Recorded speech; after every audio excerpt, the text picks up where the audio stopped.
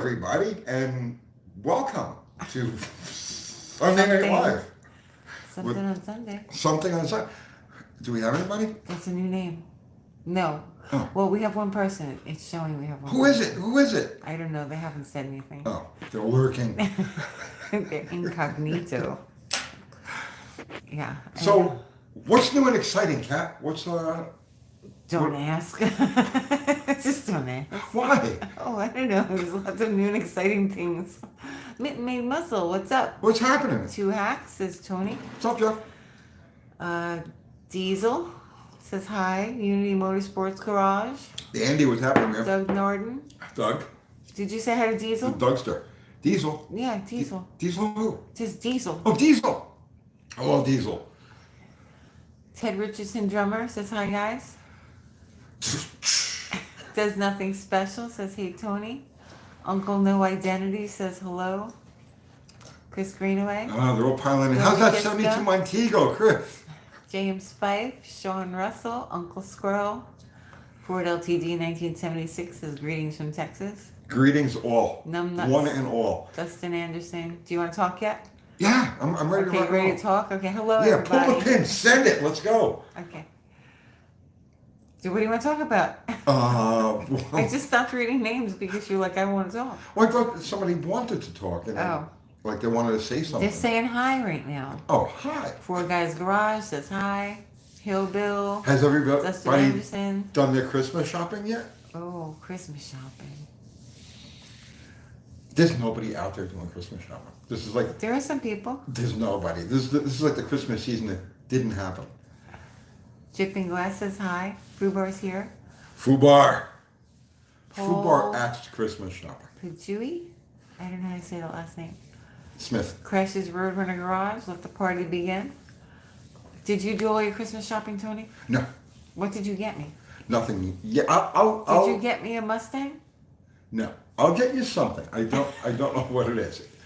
It'll be, because I'll tell you exactly how, the way I buy gifts is, I'll be driving down the road and say, That's how everything works. get a for you. balloon with a snake wrapped around it.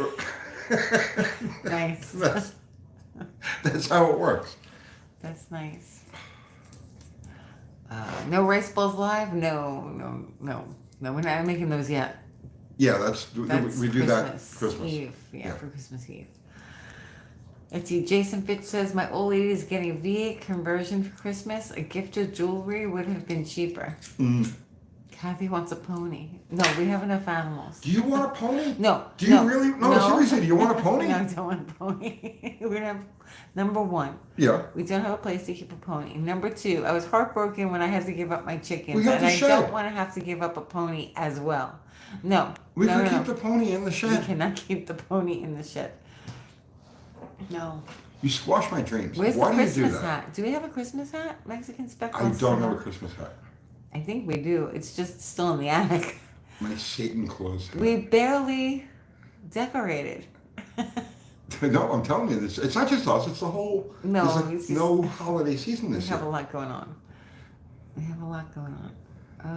UTG, it's in Tennessee still. Where's Mitchie? Chris Greenaway says. I mean, in where's Tennessee. Mitchie? He's Montego. Oh, it's in Tennessee. Oh, sorry, I have a cough. Sorry. Excuse me. That sounds drastic. No, it was No, just like you have a condition. Oh, I do have a condition, but that's not it. Let's see.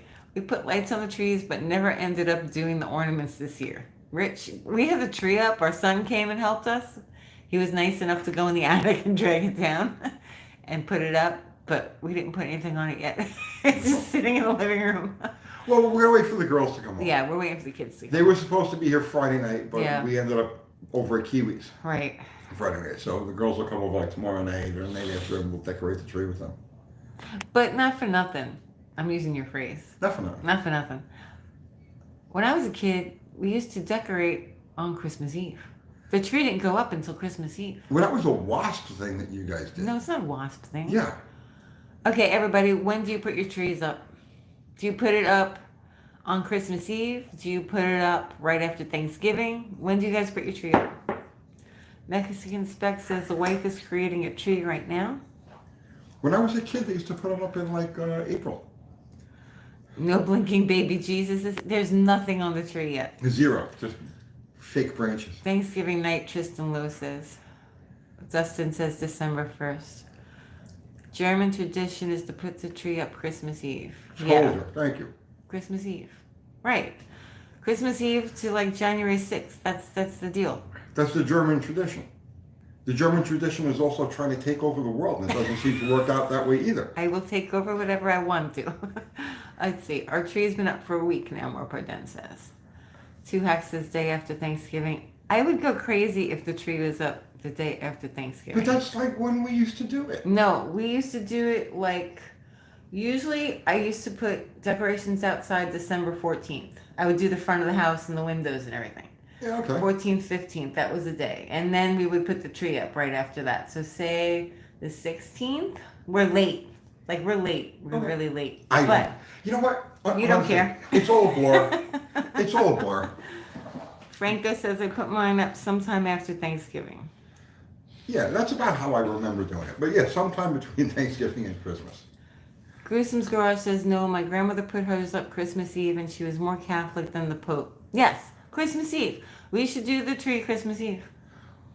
But I remember there always being gifts under the tree, like for weeks before Christmas. Who? Not at our house. Yeah.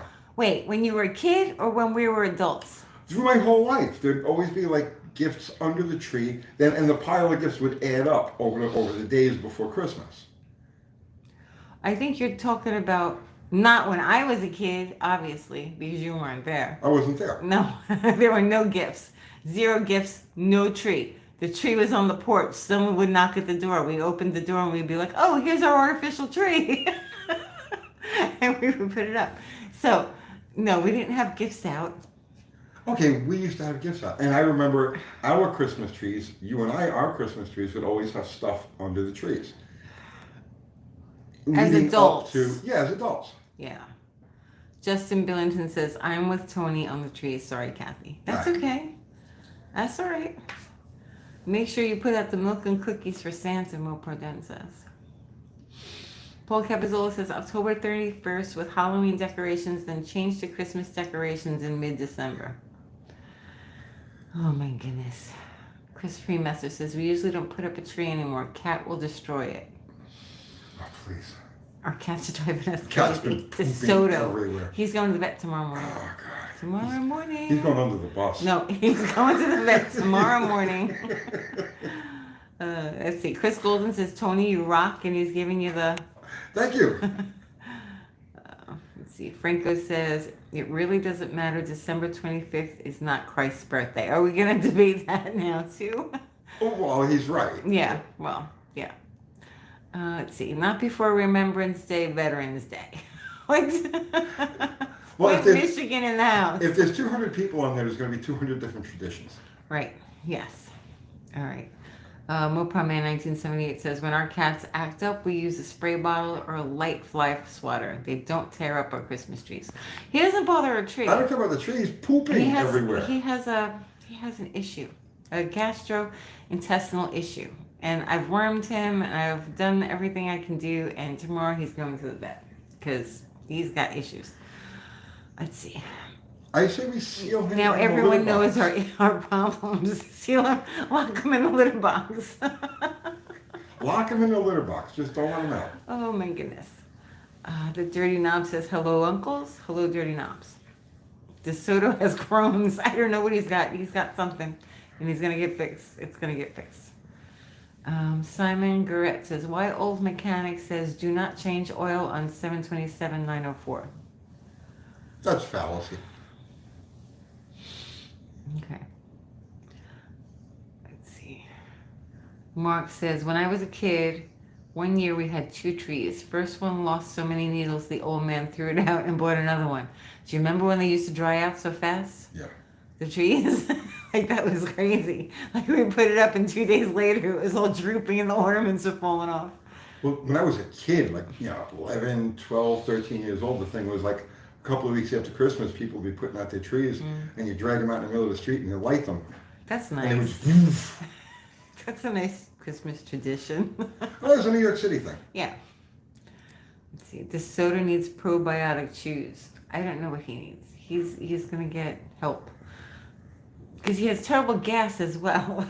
Our cat has gastrointestinal Cat is issues. destroying my life. I really don't like cats. Franco says, I've had the same tree since 1984 and it was given to me used. Sweet. But it's a real tree. That's the catch. My project cars says, hello, everyone. That's Are you okay? that's my condition. How's it going? I guess we're goofy tonight, right? Do you want some water, Tony? No, I'm good, but I'm out of coffee. And I only had 1 cup because we were running late. Why don't you go get another cup for yourself? Me?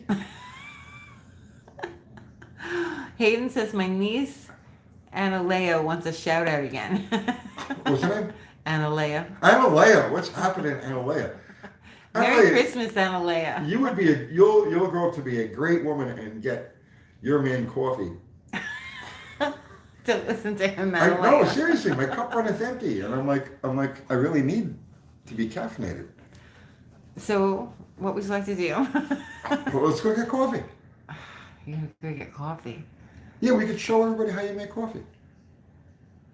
I'm in the middle of cleaning the house. Yeah. It's a bit of a mess. Come on, I'd rather it's all not right. walk through it. Come on, we'll go get coffee. I'll even carry the cup. Oh, Lord, no. I'm not showing you my messy house, guys. Oh, Franco says I've got World War II glass ornaments. Sweet, nice. Franco. That's really nice. My grandmother used to have stuff like that. Yeah. The soda running on methane gas now. Yeah, he is. Babe, What? baby, I need coffee. And the soda. I don't even have any soda. I don't even have a ginger ale here. This is all so last minute. Hello, Unk and Unk. Ever have mysterious leaks switching over to Evan's coolant? Never had leaks until I switched. I've never tried it. Rice bowls ready for Christmas? No, they get cooked like that day. Yeah. That night before or that day. And the cookies. And we're gonna bake. The whole week between Christmas and New Year's. Right, this it's is why all the about house rice is messy. bowls and cookies. Let's see. Andy from Unity says we have an aluminum tree with the color disc light. Nice. And my grandmother had one of those too. Do you want one of those, Tony? No. Christmas, a color disc light? No, I'll just go to Andy's if I want to see that. Okay. Go make coffee. Mopar shaped cook. No, I'm not making Mopar shaped cookies. Come on, let's get coffee. No, the house is a wreck. It's not that bad. Oh no, it is. Everything's upside down. Dave, nobody I'm cares. Cleaning and painting and like last minute painting. Fine, I'll be deprived. Oh. I don't need. Why would I show people my messy house? Like people show their pretty houses on like reels. I've got like dogs laying all over the place shedding. Cats pooping in the corner. Like that's what I got. So UTG needs coffee, do you know what I mean? Because you know what it says. Keep the camera down then. All right, come on, let's get your coffee. Film the ceiling. From the ceiling? Yeah. Oh, the ceiling's painted. Look. All right, Come on. I'll get Tony's coffee. Look, I didn't even put the curtains up yet. Filming the ceiling, books. Okay, walking down the... Is that a noose? No. Oh, all right. Tony. What? Oh, careful. See, like we've got gates because I gotta step over. Oh, maybe. The dogs can't go in there. See, our tree is not, it's nothing. There's nothing on our tree. It's really sad, Oh, sad. man, the kitchen's a mess. I told you. I told you. Oh, Here, I'm gonna kill you. I'm gonna kill you. your paintbrush. Yeah, this is my paintbrush. Coffee. All right. Here. This is how you do it. I can't. Nice. Very good. All right. Anybody want tea? All right, get the milk. That's too much coffee. Oh. Oh, which one? There's 2 of them in here. The one that says January 9th. Travel with Tony and Kat. Bring the pot. Yeah. Why did I carry my coffee? What? Why did I carry my coffee? Sugar. Open the milk. Tony drinks Organic Valley. Grass milk. Yeah, it tastes No like grain. tastes like grass. Look at this. I make up my own coffee. Nice. Nice. It's like I grew breasts. Tony. Funny. You're funny. All right, come on, let's come. Oh, you're spilling it all. Look, look, This spillage. is a You mess. spilled it all. Up. Right, let's. Oh, Your okay, wife. we're back. We're back. All right, let's go. All right. All right, let's go. Come on. Yep, it's sketchy.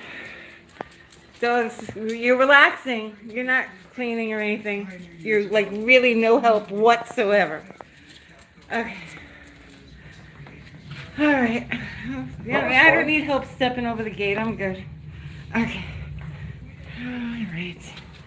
Well, that was fun. You two are scaring me. All right. Ah, Did you put the milk away? yeah. All right. Or maybe. I don't know. All right. Let's see. Ah, Did you show everybody Blue Thunder? Blue Thunder. Yeah, she's a beauty. Okay. THC free milk.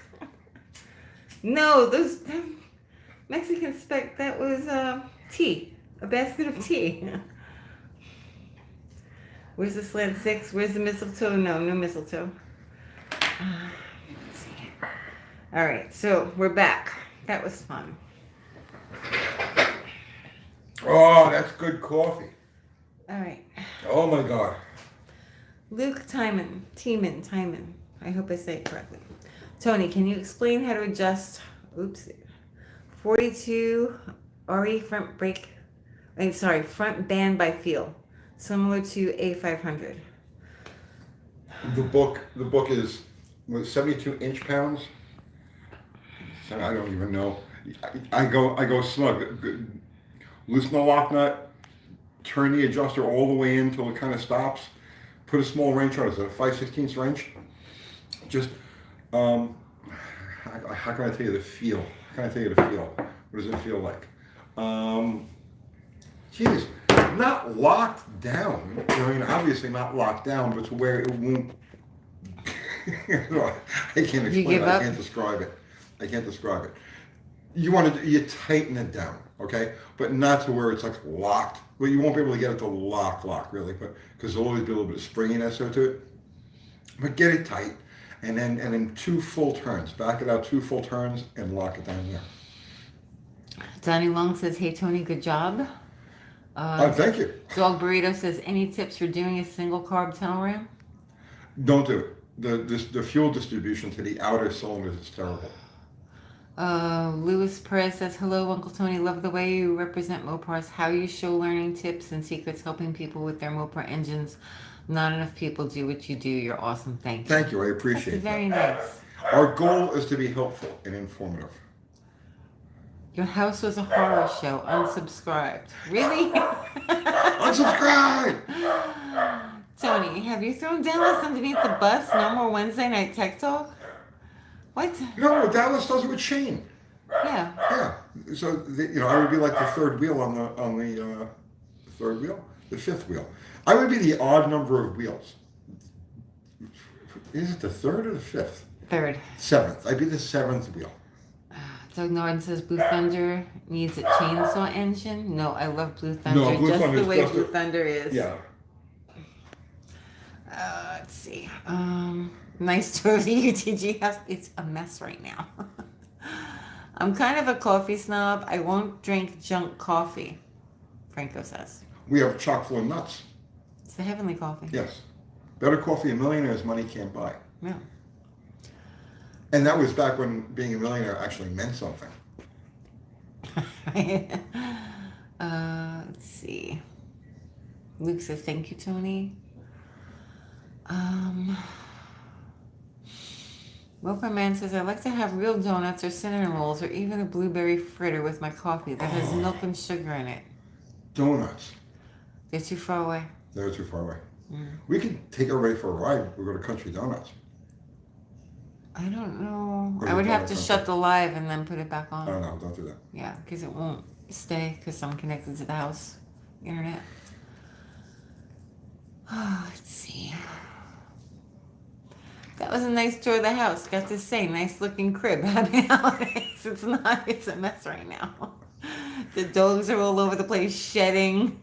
It's actually our neighbor's place.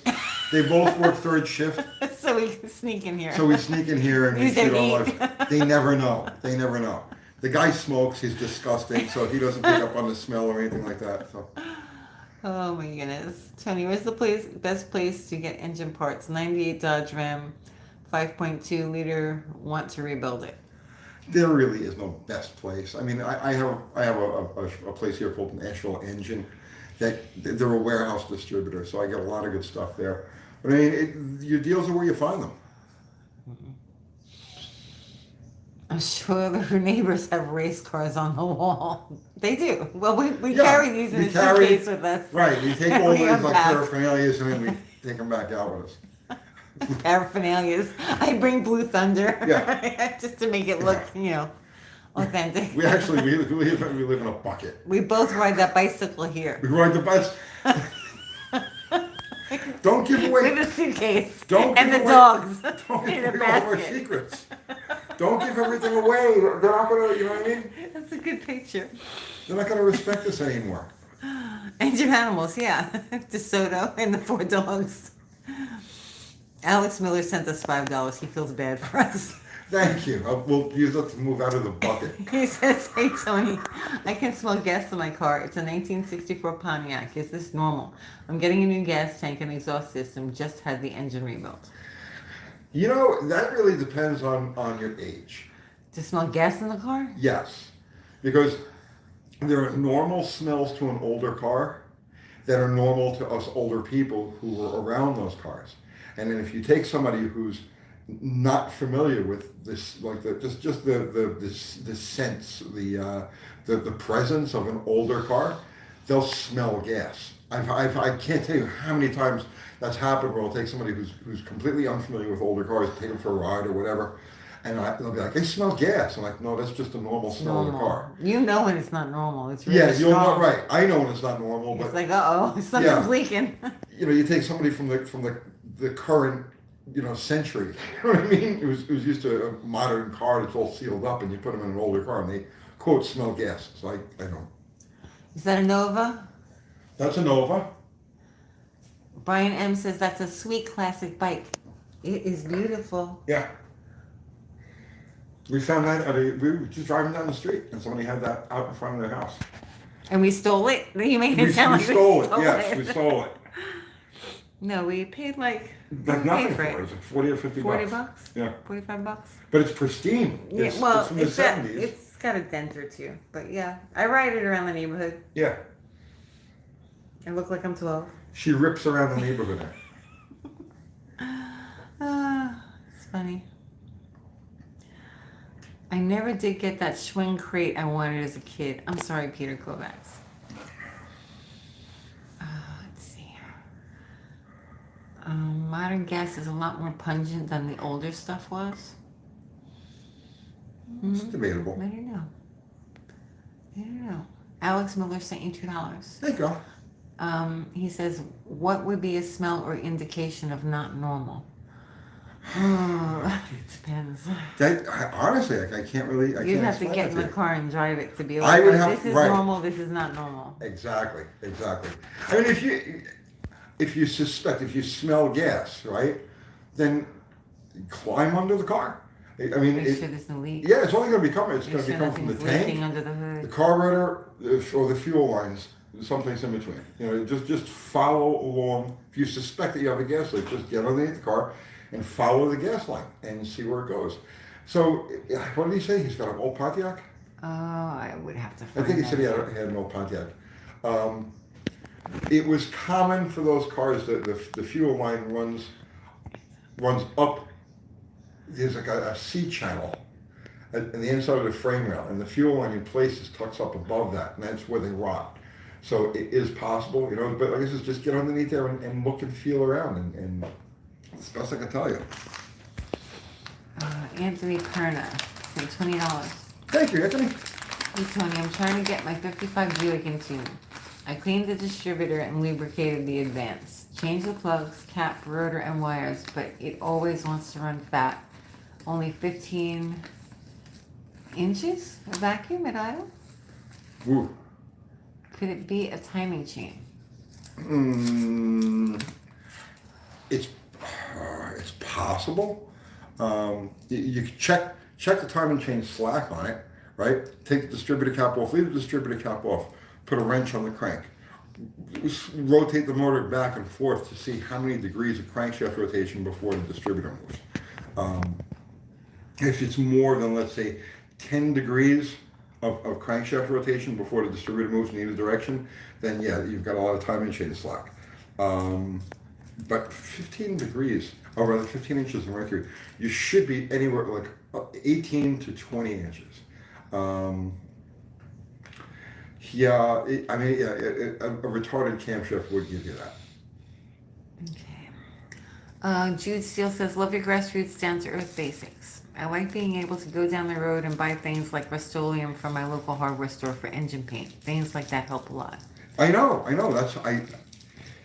There's something very satisfying about sourcing things locally and like from hardware stores and stuff like that and getting nice results out of it. Quote, she smelled the racing gas and the next thing I knew she was naked, end quote. Where's that from? What? Are you rolling a cigarette? No, I quit smoking. Okay. Don't do that anymore. It's a disgusting habit for disgusting low-class people. Let's see. I guess it's from a movie or something. Did you write it? No. Okay. I have no idea what it's from. I don't write anymore. I used to write all the time.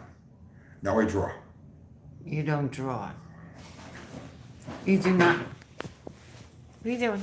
Have you shown... Oh. Oh. What do you got? I did this. You didn't do that. Yes, I did. Isn't that nice? It says pop on it. Where? Yeah, you covered it with your hand. I call myself Pop. I did that. IP Pop. Yeah, IP Pop. That's my street name. IP Pop. Goodness. You know? Yeah, so I drew that. All right, Tony. My eyes are burning. Uncle Tony's Claw. That's his name. Uncle Tony's Claw. Is that really his name? Yeah. It should be Uncle Tony's Meat Paw. But I don't work on anything. No. You have girly hands. I have girly hands.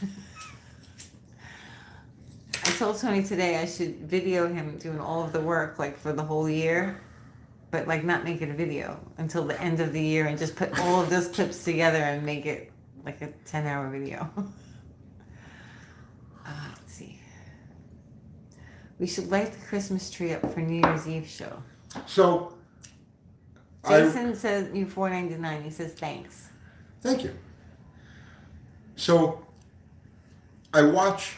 Okay, So if you're a mechanic and you visit another mechanic's shop, you look around to see what tools they're using and techniques or whatever it happens to be. You know, you're always looking at other people who do what you do to see if you can do it better or you can learn something from them. You okay? Yeah. So drink? Now this is killing me because I came across this guy's channel yesterday and I binge watched his videos and they were fantastic. I'm not big on that whole they speed up and turn wrenches and go. It drives me crazy. It drives me crazy. I can't stand it, right? But we love you guys anyway. But this guy incorporates that, but he does it with like a voiceover, so that what you're looking at, where he's moving in hyper fast motion, actually makes sense. And the way he breaks down and explains what he's doing. Oh God, why can't I think of this guy's name? Because he truly deserves a shout out. It's Dan. Not Dan. No? No, it's H. Oh my goodness, you don't know the name? I can't think of the name. This Are is you terrible. serious? All right, keep them occupied for a second. Is it Dave? No, keep them occupied. I have to keep you occupied. Let's look at Blue Thunder. She's so pretty. Really nice. All right, he's going to find the guy's name. Tony hating on my video editing style. I don't think don't take it personal, Kim. It's not just you. More Christmas burnouts. I don't know. Hi, Kathy. How are you? I'm okay, Mexican Spec. How are you doing? Long day. Busy day. Crazy day. House is a mess. Yes, it's Dan. I see. I told you it was Dan. Okay. It's. I have to go to the TV and see what we recently watched. Project Dan H. It's an odd name for a channel. He does Jeep stuff.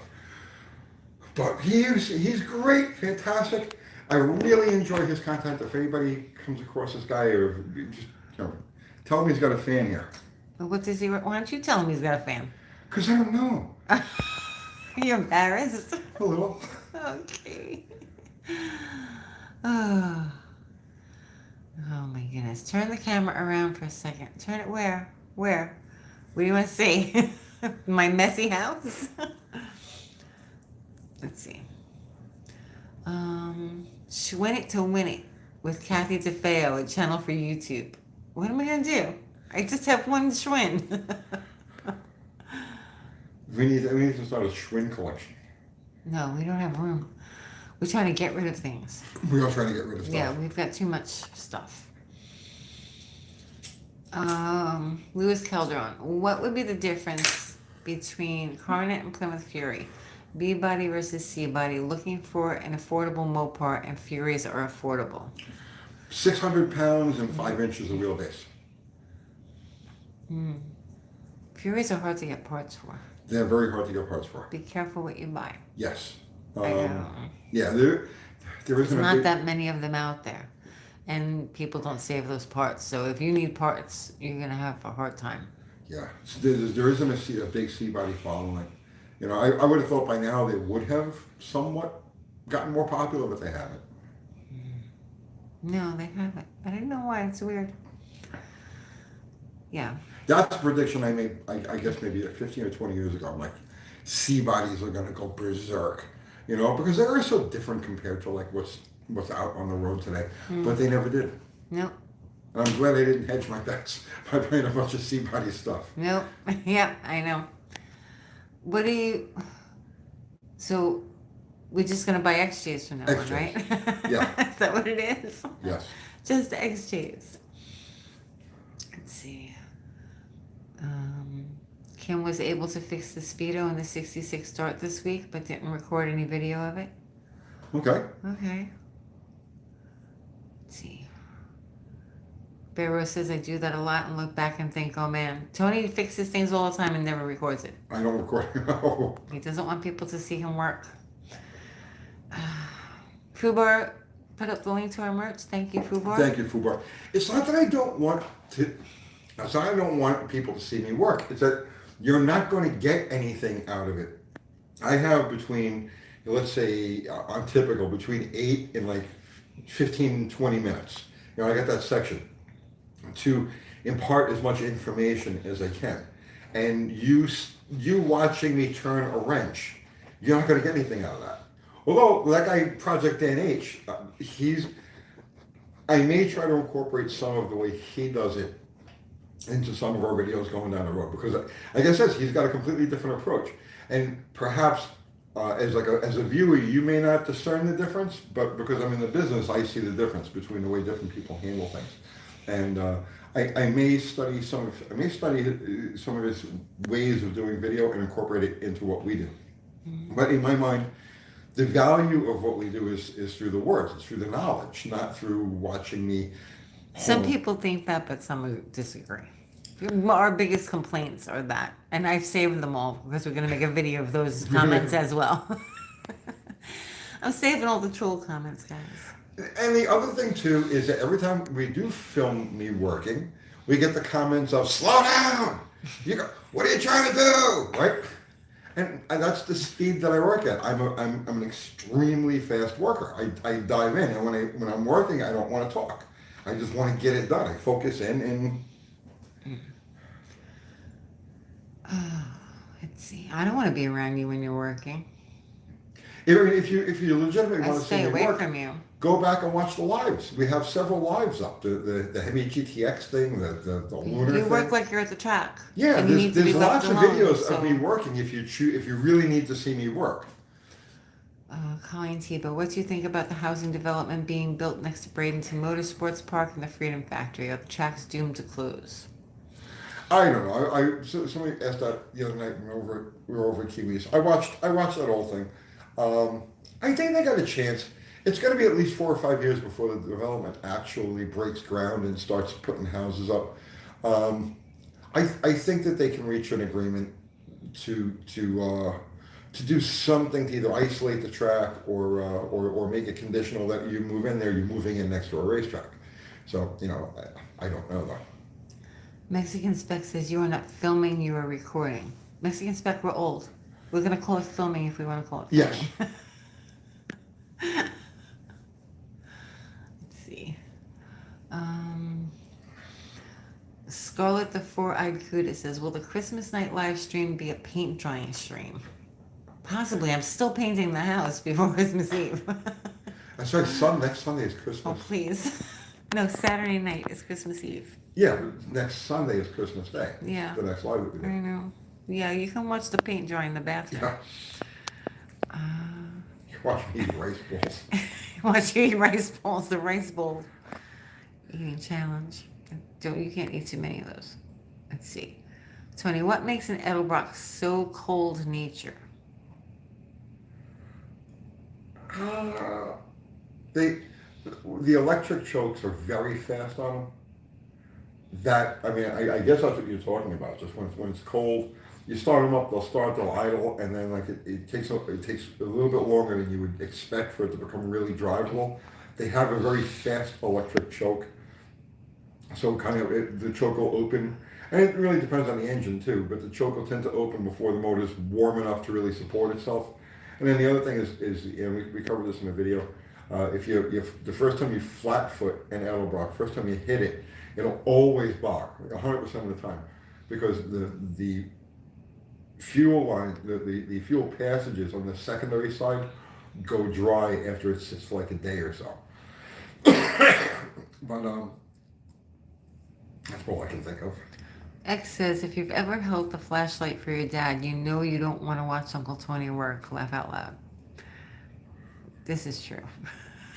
You give the death stare. It's probably the reason both of our kids don't do anything mechanical. Well, it's not your fault. I'm not blaming you. It's just how you are. You got to realize too, for years I had to work live in public. Right, yeah. You know what I'm saying? Right. So it was like, that's rough. That's rough. That's because you're focusing on trying to get the car ready between rounds, and there's people asking you questions and staring at like every single thing you do, and you're trying to focus. You're trying to like stay with the program, and you're surrounded by people and they're talking to you and they're yapping and it's like So for a decade, more than a decade, I worked in front of a live audience like every week. Now, if Tony's working, I won't watch him, just out of like respect to leave you alone so you can work. Because I know how you are. Well, that's true. I'll walk away. If I see him doing something, I'll walk away. I'm working on something, she leaves. She knows. Don't mess with him. Yep. Let's see. But miraculously, all these things get done without me ever actually touching them. You don't finish anything, Tony. No, What are you of course talking not. about? You don't build cars. You didn't do anything. Let's see.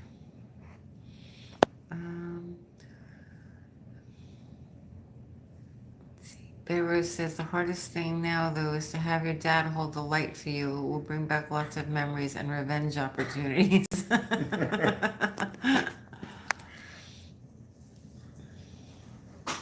Jim Olson says, this is what makes me sick.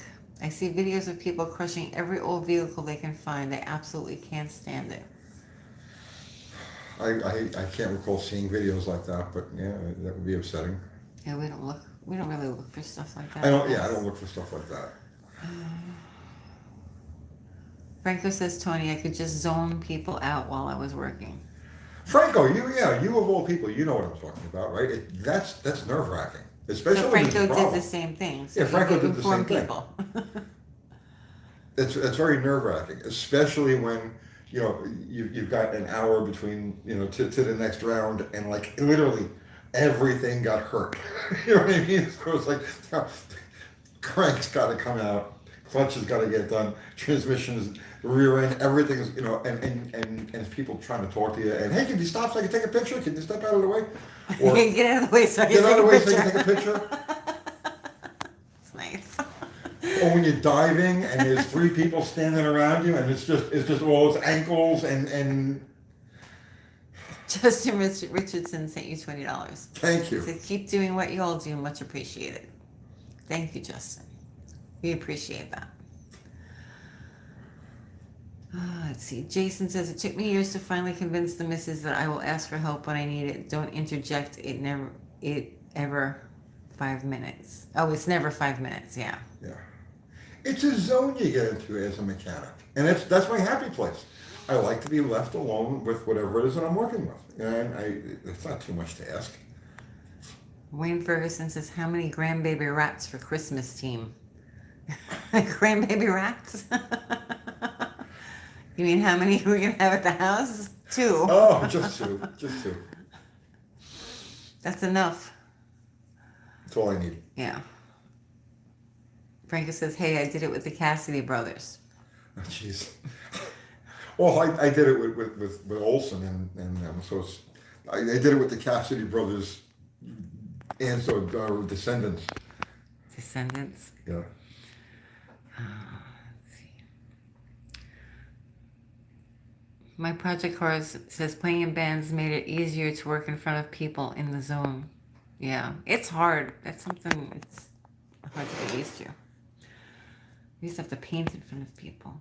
That was fun. Make it darker.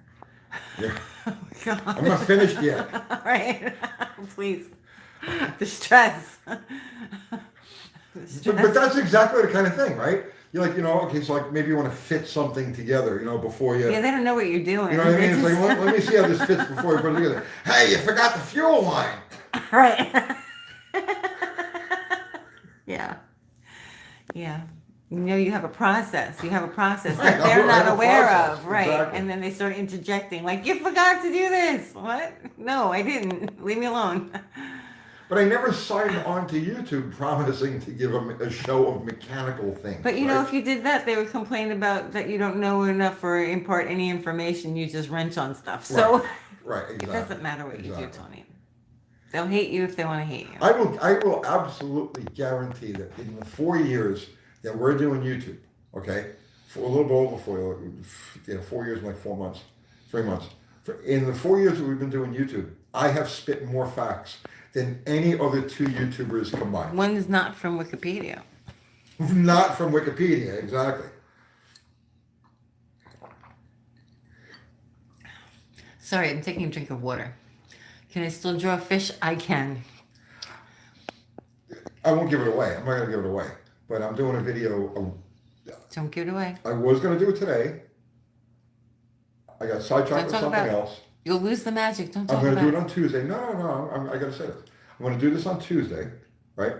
And it's a Mopar, a technical Mopar video, about Mopar technical stuff. That I'm going to show something that literally you cannot find any place, A, on the internet, B, in any manual, any service manual. But it's a thing. Stop talking about it. I can show you I'm going to show you the actual thing that nobody has ever covered anywhere.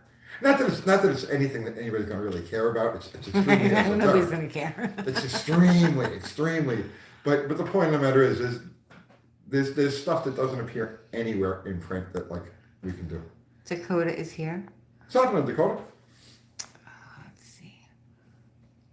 Justin says, just hit it with a hammer. Still makes me laugh daily. I'm drinking on camera, unsubscribed. It's a glass of water. I need some of your water. Here, take my water. I didn't get a ginger ale out of this. Well, you could have handled that. They're in the fridge. I think I want to switch from ginger ale to root beer. You're going to go root beer? I miss the root beer.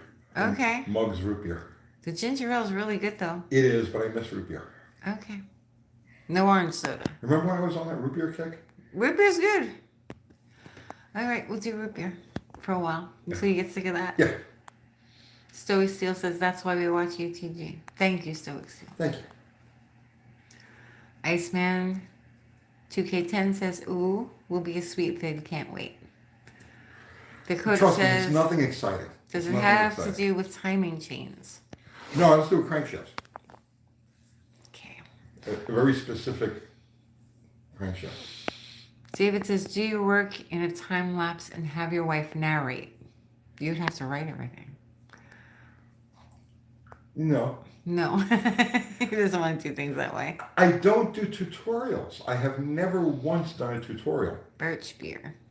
Do you like birch beer? No. Not really. Ginger ale is good for upset stomach? Yes. Let's see.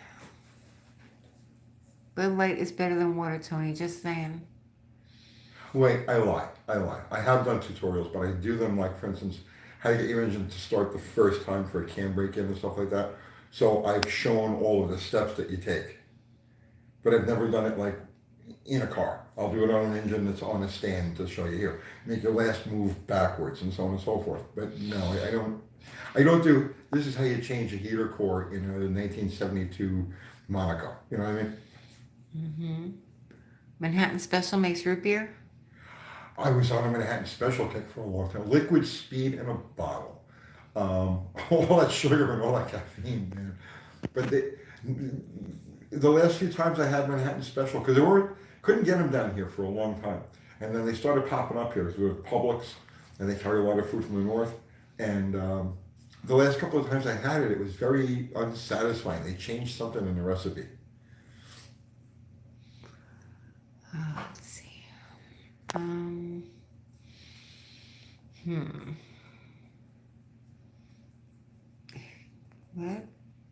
What about Dad's root beer?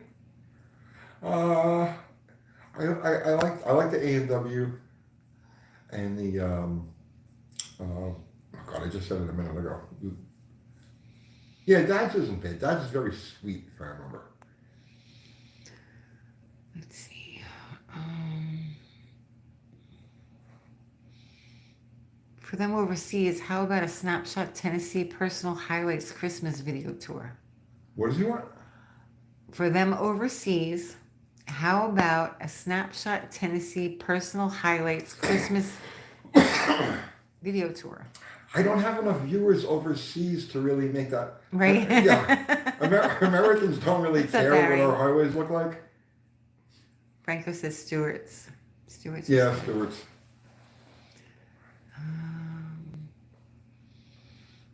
What's going on with the green Charger trans job? Oh, the satellite? It's done. He pulled it out yesterday. We're gonna shoot a wrap up on it. He picked the car up yesterday to bring it to an exhaust shop to have the exhaust manifolds connected to the rest of the exhaust, and he'll be back like Tuesday or Wednesday, and we'll shoot a wrap up on that. Let's see. My mom made me drink ginger ale when I had the flu and was vomiting. Cave Dave says. Nice. Nice, Cave Dave. Oh my goodness. All right. 2 Hacks says, Tony, is the crank in a 303 small block de-stroked from a 340 from Petty Enterprises? 305. It's a 305. Yeah, it's de-stroked, and it uses the same length connecting rod and a pin with a piston with the pin way down. Like if you ever see a 305 small block piston, like you could spot it from across a room of 1,000 other pistons because of how low the pin is on it.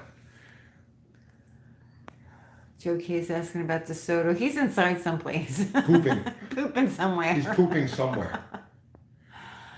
Let's see. Hey, Tony, can you still get Sundrop? You never drank that. I know, yeah, I never liked that. 7-Up was my mom's choice for setting your stomach. Burners is good, though. I never heard of that. Let's see. The Uncola. Do you remember your video of the old steam train? Sure. Yeah? Did you like that video? I really enjoyed doing that video. Yeah. You should just do videos about trains. I like to do videos about other things besides cars. You could do trains. You could be the train guy. Uncle Train. Like I have so many other things that cars are really only a portion of my thing, but this is No, what we that's do. not true. You're really not diversified, That's not true. Tony. How much time did I spend economics? You put a nail in the Psychology. wall for me, a screw, and you're a psychotic person because you're like that. You don't think that that can be done. But that's different. That's different. I don't do housework. Right. So that to me was a big deal. There's very little difference between hanging drapes and building a pyramid, as far as I'm concerned. Oh my goodness, this is why the house is. It's all the same. But I mean, I have interests in things that are not just cars, but I'm kind of limited to what I can do. Yeah, cars. Sarsaparilla, Tony. No, Conductor, Uncle Tony. Uncle Toot Toot Tony. Brakeman Tony. Oh my goodness. Brakeman Tony. Yeah. I like that episode of what you call it, where they race the train and the motorcycle. Top Gear? Yeah, Top Gear. Yeah, that was a good one. That was a good episode. Steam is the way of the future. You know, it could be. There's no reason why it shouldn't be. Let's see. Steam? Yeah. Why don't you build a steam engine? Who's got time for that? I have to make videos about cars and car people doing car things. But isn't that part of like car stuff? It would take me too long. You could put it on Blue Thunder. Next. No? I have bad ideas? Is that what you're telling me? You want me to pull a Jay Leno? No.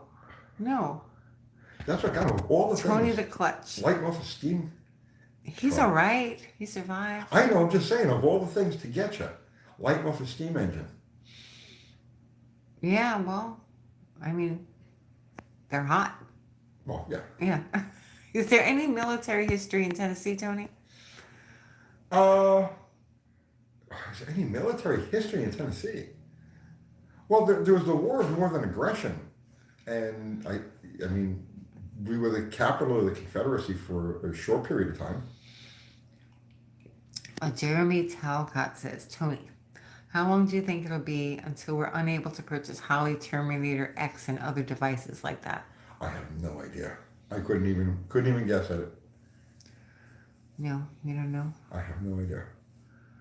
Have you ever seen the handmade scale model live steam trains? Some take 10 years or more to make. Every piece is made by hand. Yeah, I haven't seen anything like that recently, but yeah, I've seen that. That's amazing. The craftsmanship that those guys put into that stuff is just off the chain. Like, you literally have to dedicate your life to doing that. You can't have anything else. You know, it's a lot like certain aspects of the car thing where you just can't have anything else. That's it. You got to just focus on that one thing. That's how the steam guys are. X says, how about a video about the dancing amp meter that Chryslers are so famous for? Too very specific. Like, in other words, like, okay, when we structure a video. But that could be your Mopar Minute. What do you mean? Remember Mopar Minute? Oh, yeah. Well, okay, we're thinking about doing a separate channel, just on No, just not a separate specifically channel. Mopar stuff.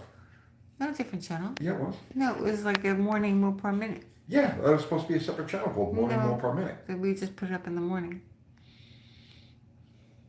I was going to do that. Forget it. Tony forgets things. Okay. When we structure a video, right, we do it in such a way that there's a broad audience. So even if you're a Chevy guy or a Subaru guy or a Pontiac or whatever you happen to be, there'll be something in that video, a comparison or a principle or an idea that will apply to you, right?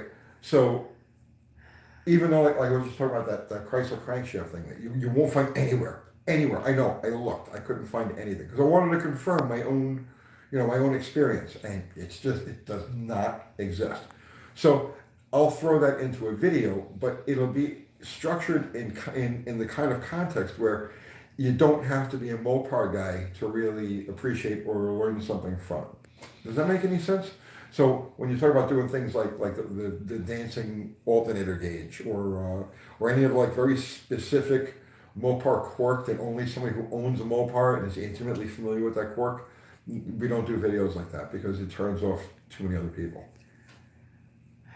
David Hammond says, I hope you both have a Merry Christmas. Merry Christmas. I saw you making faces. What? Oh, you making faces. I wasn't making a face. Yes, you were. No, I don't have any faces. Go back to the thing that you were making faces of. It wasn't a thing that I was making faces of. It was the fact that you don't understand what we're talking about. Oh. It's okay. We'll go over it later. Okay. More parts eating cheese? No. More parts eating cheese. Oh my goodness. Franco says, my bucket list car is a 4-speed Avanti. Get one. Get one, yeah. Corey Littlejohn says, I'm asking for free advice, Tony. My 95 Dakota won't shift when it gets hot. Filter or high pressure switch? Probably filter. More clogged filter or a weak pump will give you that too. But a clogged filter, generally what happens is the pan is really dirty. When the car sits overnight, all the sediment falls down to the bottom of the pan. You start it up, start driving it, and little by little that sediment gets picked back up again and it clogs the filter and it'll delay the shifts and eventually make it slip. Let's see. What's your favorite Christmas cartoon? I don't have one. No? Not really. Oh. Any one that I watch with my Charlie Brown granddaughters. Christmas? Yeah, no, I'm not. You don't like Snoopy? Really not You don't like Beagles? I love Beagles.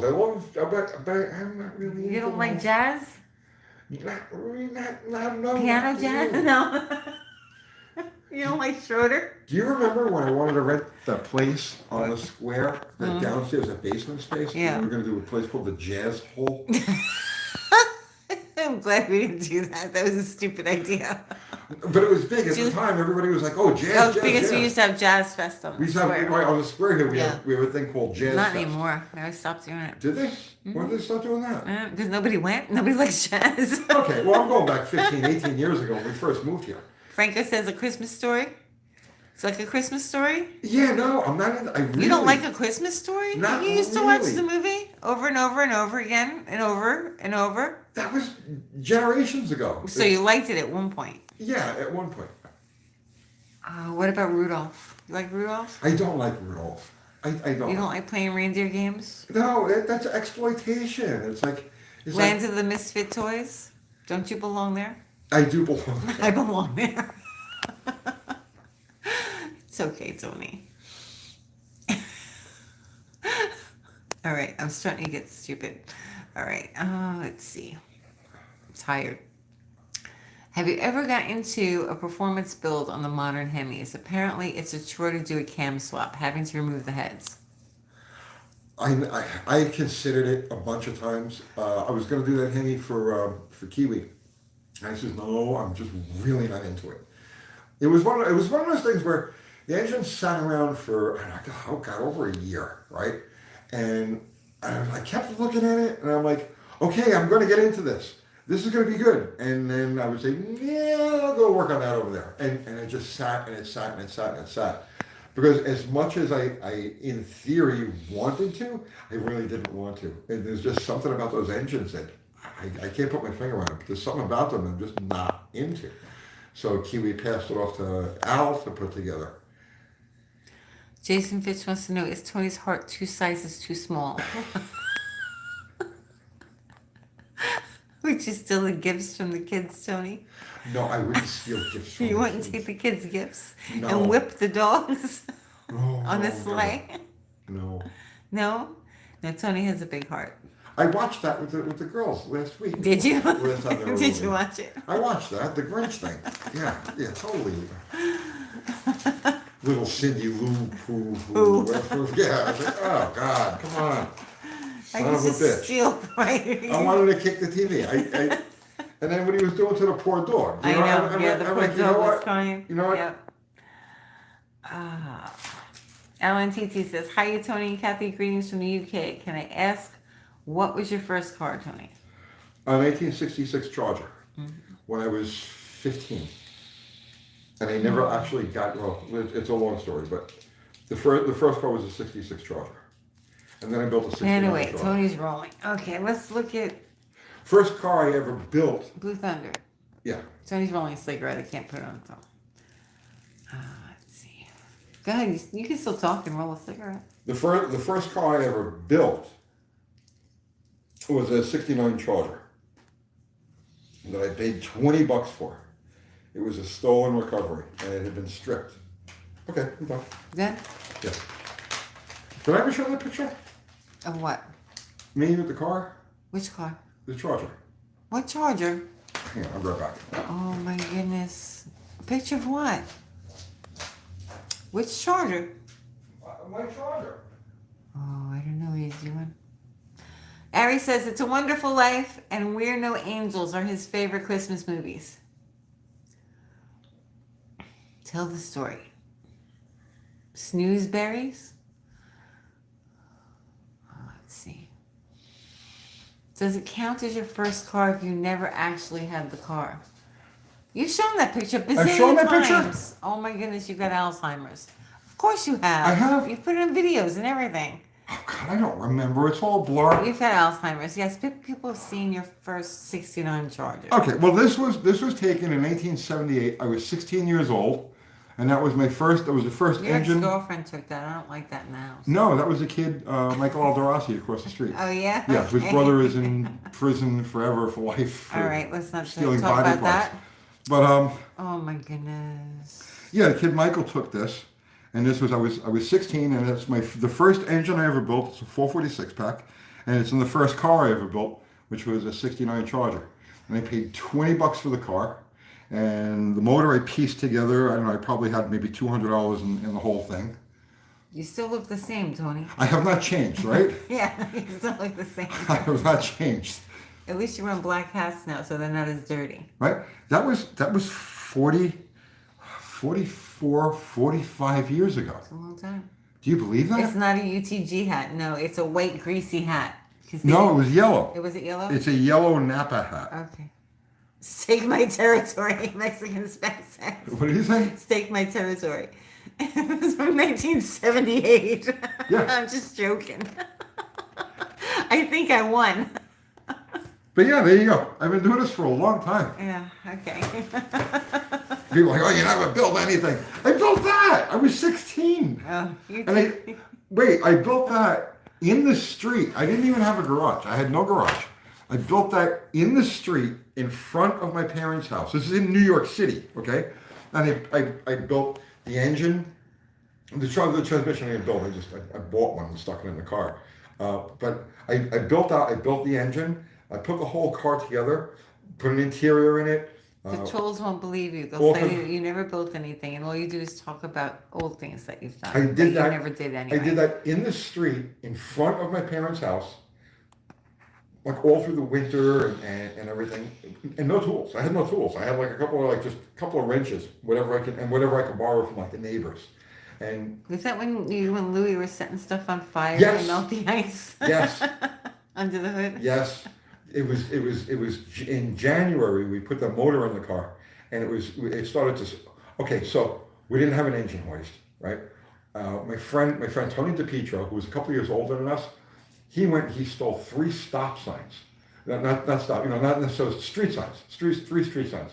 And I don't know if they still are or not, but they used to be on this like U-shaped steel pole, right? And those were chained together like a teepee. And we would rent a come-along, because none of us owned a come-along, but there was a hardware store, and we'd go rent the come-along. It was like $3 a day, whatever it was.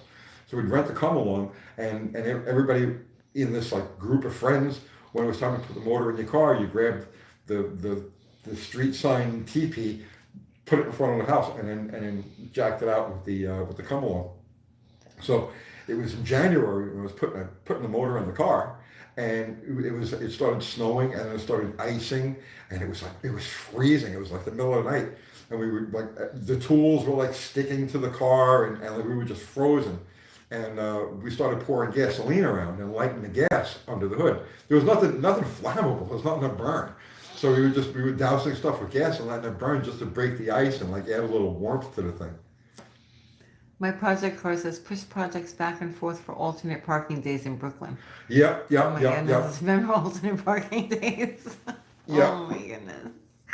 It was a pre-Google build, yeah, for sure. Funny. I had retard strength. I was just so determined to You were get very that done. strong, yeah. I'm right there with you. I'm working on the parents' front yard and street transmission and motor swaps. Good times.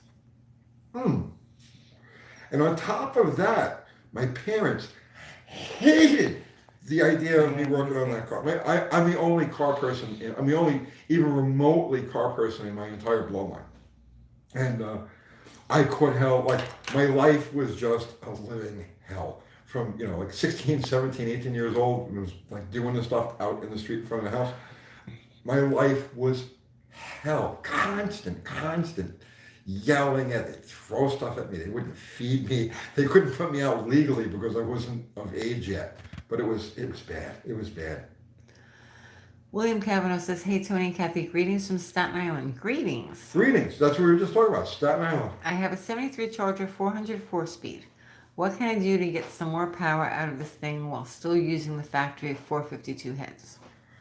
Well, there's nothing wrong with those 452 heads. They're as good as a 906. The 452 is just a 906 with hardened seats. Have you done the obvious things? Is a distributor curved? Give it a good performance tune-up.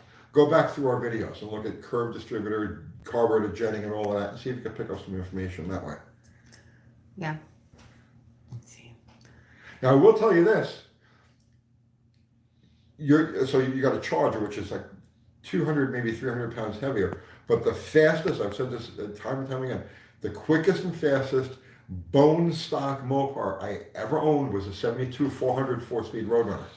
So and it was a bear stripper with 355 gears, and I think and through the exhaust manifolds and through the full exhaust on street tires, it went 1280. So just tuning it. Wouldn't feed me, laugh out loud. You wouldn't eat the food anyway. Don't make it sound like they were withholding food from you. No, it was bad. It was. Listen, I went through hell. His parents really did hate the car thing. They hated the car. Oh God, they hated the car thing. And my neighbors. And I was always having the cops called on me. And I remember that time that you left the car idling in the driveway. You ran in the house to take a quick shower. You couldn't shut the Charger because you wouldn't be able to start it again. Do you remember that? Yeah. And your mother ripped you out of the shower and threw you out of the house. With a towel. With a towel. Oh, it's not funny. It's really not funny. It was winter time. It was cold. I was 20. It was like I had just January. met her, right? I had just met her. And I had been working on the car, and Horrible. it had a bad starter. It had a bump starter, and I didn't have a good one to put in the car. So I was going to take her home, and because I worked out of her father's shop for a while up on Castleton Avenue, so I was going to take her home and crash on the living room floor. So I said, all right, before I do that, let me run home and take a shower. So this is maybe midnight, 1 o'clock in the morning, and I pulled up in front of the house, and he says, you wait here, I'm just going to run in real quick and get some of the grease off me and change my clothes. So I left the car running. It was very loud. It wasn't that loud. Tony was loud. It was loud. The car Okay, was loud. The car had open headers, didn't it? It may have It may have had open headers. headers. And it was okay? like near midnight, wasn't it? It may have had open headers. Like when you're a teenager, you don't have like your whole brain isn't developed yet. Yeah. Like, is that what that was? So it may have had open headers. All right. And I ran upstairs, I grabbed clothes, I jumped in the shower, I got the water on, and just as soon as the water goes on, the door gets busted open, right? Like not just open, it's busted open. And my mother in like this furious rage, and she wasn't somebody you want to mess with, honestly, right? And she grabbed me by the scruff of my neck and like my ear and my hair in like one shot. I get these hands from my mother, right? And she dragged me out of the shower, and as she dragged me out of the shower, I grabbed the towel, and I wrapped the towel around myself, and she physically threw me through the front door of the house. Am I making this up? No, Am I into making the this snow up? and ice. You were there. Am I making there. this up? No. I was there. Yeah. Yeah. It may have had open headers, yeah. It may have. All right, so we did some stupid things. Yeah. Yeah, we probably shouldn't have done that. These are the things that make you a future YouTube person. Is that what? Yes. I don't know. I guess when you're a teenager, you do dumb shit. You're not so aware of other people in the world. Let's see. Howie Mad Medic says, could be disappointed with you, Tony, if it didn't have open headers. Honestly, I don't even think I owned a muffler until I was like 25 or 26. I didn't know what to do with something like that. You did deserve it though, eh, Tony? I had it coming. I had it coming. Alan TT says, Tony, what was the average price for Mopar in the late 70s? My Mini leaked oil and I was banned from my girlfriend's driveway by her father. Oh yeah, that too. You can't put it in the driveway. Oh, please. What was the average price? Dirt cheap. You could not believe what we used to buy these cars for. Mm-hmm. Good times, yeah, good times. You could not, that Charger, that 69 Charger I paid $20 for, which was a fair price to pay. And That was fair, $20. no, that's legitimately, that's really what the car was worth. I paid $20 for it. It was worth maybe $40, okay? So, and the only usable mechanical part in that car, it had a 323 short grip in it. It had no motor, no trans, no wiring, So, okay, no so ask interior. him what year you bought it. 1977, 77. So how old were you? 15. 15. Okay. And I built it when I was 16. Okay. So, Peter Kovacs paid $100 for his 69 RT. yeah. Yeah. The only usable part on that car, it had a 323 short grip. As I said, it had no motor, no trans, no wiring, no interior. The dashboard had never ripped out of it. Yeah, I mean, the rest of the body was in good shape. It was stolen recovery, and it wasn't that old of a car. And I had to sell the rear end out of it to pay for the tow to get it home. But you ended up getting another one. But I ended up getting Yeah. another one. You did good. By the time I met you, it had a nice red interior in it. Yeah. The car was clean. No rust, really, right? Not really. Not really. You see, that was the thing. Those cars. It's decent shape. Here's what you have to understand about the second generation Chargers, which today are like, oh, wow, 68 Charger, right? Back then, you have to understand, you have to go back to the 70s now, right? So those cars were styled in the 60s, right? And they had a very 60s vibe to them. They had a very 60s look to them. So when everything changed in like 73, 74, 75, and like the malaise era started, well, to you and me, because we're muscle car people, that's the malaise era. But to the average person, that was the style. So they had the faux grills and the, picture like a Cordoba or any car from that period of time with the opera windows and European type of styling, right? Yeah. And half vinyl roofs. So when you get to the middle 70s, cars from the 60s, the late 60s, that had that muscle car styling that we're also nuts about. Well, those cars were so undesirable, it's not even funny. Like people they would run out of gas and people would just abandon them on the side of the road. And cars like, especially Chrysler muscle cars, all ended up in the hood. Because like in regular middle class neighborhoods, they wanted, brown. They wanted brown cars, right? They wanted, like stuff that was like, that looked the sophistication of the disco era. Okay, so they were looking for metallic silver and stuff like that. They didn't want bright orange cars or purple cars, or that was like, oh my God, that's disgusting. So all of those cars ended up, the muscle cars that we love today, all ended up on used car lots to be sold off the back of the lot at the lowest possible price, and they all ended up in really bad neighborhoods. Like if you wanted to find premium American muscle cars in the late 70s or the early 80s, you went to the hood or you went to trailer parks and stuff like that, and that's where you would find these cars.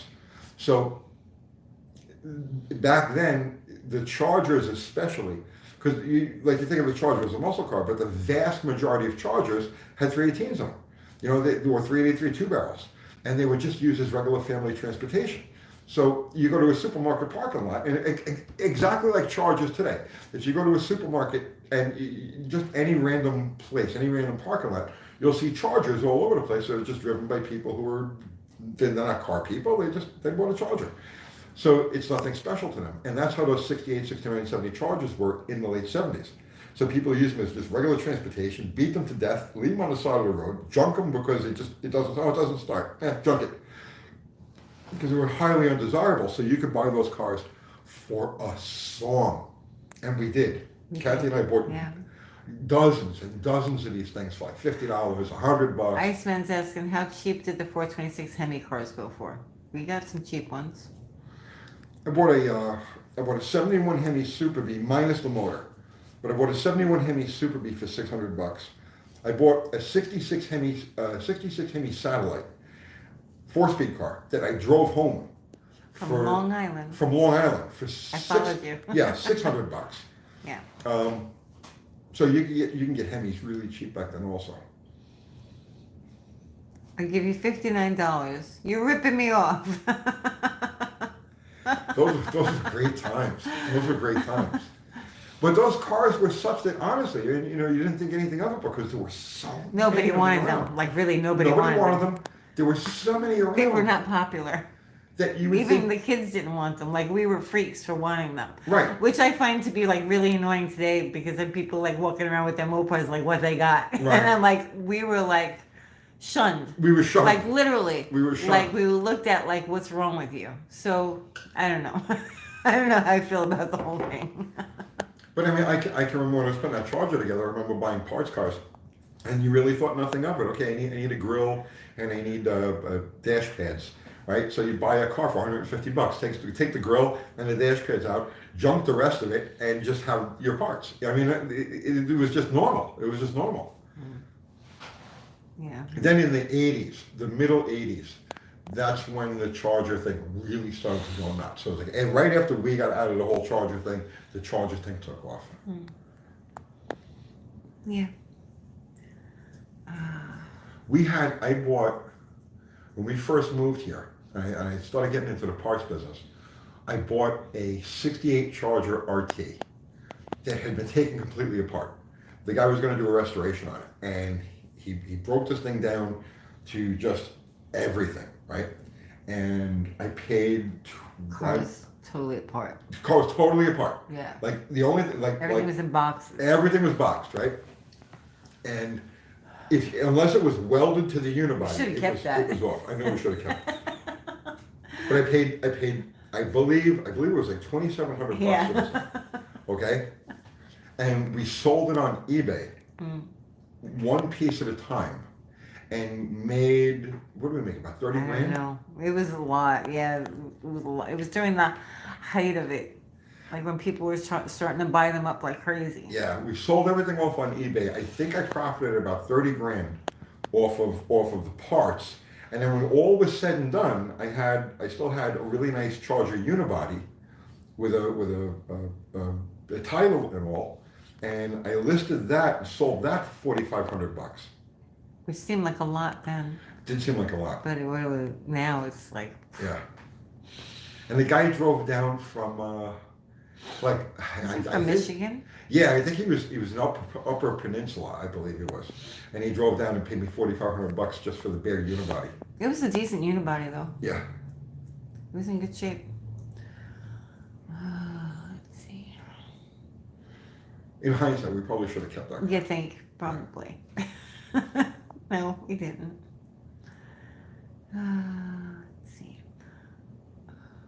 My brother caught a numbers matching 67 Coronet RT for $500 in 1980, and everybody laughed at him. Right? Right? What are you gonna do with that piece of shit? And that's the other thing too about Chargers, and I'm guilty of this myself. I loved the Chargers, okay, but Mopar guys shunned Chargers because the Charger was like big and heavy. Yeah, and it wasn't like a muscle car. Right, yeah, exactly. It was like, oh, my grandmother had a Charger. Exactly. Drove the kids around. Yeah, don't take my word for it. There's Kathy. She was there. It wasn't a muscle car, for really. Right? So, and she was just as involved in this stuff as I was. So, if you were a Mopar guy... Don't tell people that now that it's not a muscle car. You can't tell, right. If you were a Mopar guy, the Charger was the antithesis of being a Mopar guy. Did your grandparents have one? My grandfather had one. He had a gold one, right? Yeah. Yeah. You drive it to church. Yeah, my grandfather had a car. It was just a 318 car. It meant nothing. It was just he went to the Dodge dealer and he was all like that one. Chargers are personal luxury. Yeah, they're more luxury. So, if you were a Mopar guy back then, you were either into A bodies or like the Strucker B bodies. So like a Roadrunner or like a Super B. And people even used to shun the Super Bs because they were longer than Roadrunners. So they weighed a little bit more than Roadrunners. So if you were a Mopar guy, you actually shunned Chargers during that period of time. Nobody wanted them. Yeah. Yeah.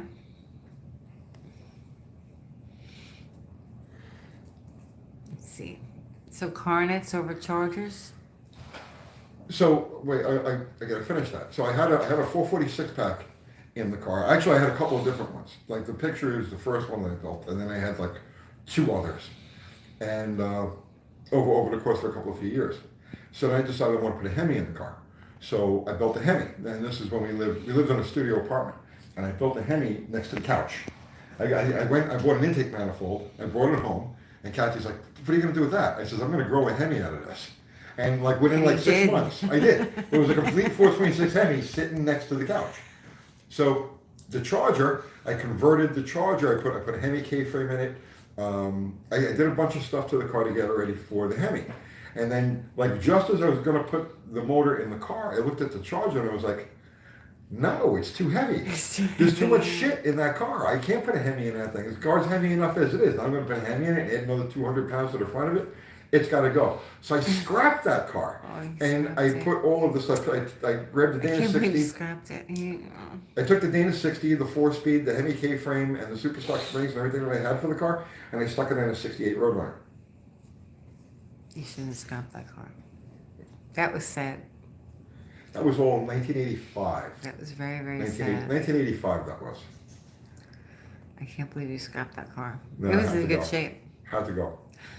You didn't want anybody else to have it. That's why you crushed it. Well, that's how I am. Anything Yeah. I put together, I don't want it. Yeah. It goes to the scrapyard. So none of these cars will ever end up anywhere. Were you gonna crush them before you're gonna give them to the kids? No. Okay. Well, yeah, okay. There's a difference now. Yeah. A car that I didn't put together. That I have no investment in, personal investment, right? I don't care about that. They'll go. I got rid of that 4-door Charger, the 66 Charger. Kim bought that. The GT, I sold that to You mean the Josh's 66 brother. Dart, not Charger. Yeah, the 66 Dart. Yeah. Because I have no real personal investment in those cars. They're just things.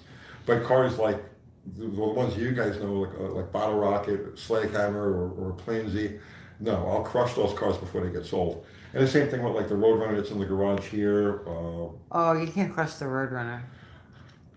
Well, it'll go to the girls, but Right. I'm not. It's not for sale. Okay. Let's see. Standing foot. Tony, what animal leather did they use for crank bearings back in your day? Like In my day, that was a little bit before my time. The thing when I was young, very very young, was car dealers would do this, and they would take they would take a belt, like a belt around your waist, and they cut a piece of that and wrap it around the bearing, and it would go. My father-in-law, her old man, did that with a Maverick. He bought a Maverick that had a rod knock, and the crank was wiped out. So he polished out he took the rough surfaces off the crank, took a piece of belt, wrapped it around, bolted the connecting rod over that, and sent it. He sold it cheap in the neighborhood, and it was a neighborhood car. And I remember that car driving to and from, like past us, like on a regular basis. And it was on the road for a long time. Let's see. Wonder Bread in the rear end quiets everything down too. Put bread in the rear end. Oh my goodness. Tony, have you ever done any cool Dukes of Hazzard jumps? Dakota wants to know. No, not intentionally. Not intentionally. I remember that one by Fountain Avenue. Fountain Avenue, yeah. We did some jumps. Yeah, never Not intentionally. intentionally. But yes, I've caught air. I can't believe we lived. Honestly. I've caught air a time or two, but never intentionally. It's good that when you're young, your brain isn't fully developed, and you're doing these stupid things. I So still you do don't. stupid No, things. not like that. You don't realize like how dangerous what you're doing is. Let's see. If chargers are heavy, what about sea bodies? Well, they were out of the question. Nobody ever messed with sea bodies back then. Let's see. So the charger's going to the shop tomorrow? Charger is going to him. Now that Josh's car is out, the Charger is going to the shop, Okay. and the Belvedere is going to the shop. Nice. Okay. Alan says yes, you can. Yeah. So what are we doing with the charger? Are we gonna take apart the interior? Is that what we're doing? Are we I'm gonna gonna fix leave that- I'm gonna leave everything? that to you. You're gonna leave it to me? I'm gonna Okay. leave that to you. I gotta straighten out the frame rail and the quarter panel. And I Okay, gotta, so that's the project, and then are we painting it? let's see how the body turns out after we straighten out Okay. the king frame rail, and then I gotta rebuild the transmission on it. The transmission's smoked. Again? I Really? never did the training on that. Okay. All right, Tony, do you notice any difference in what you can physically achieve back then compared to now?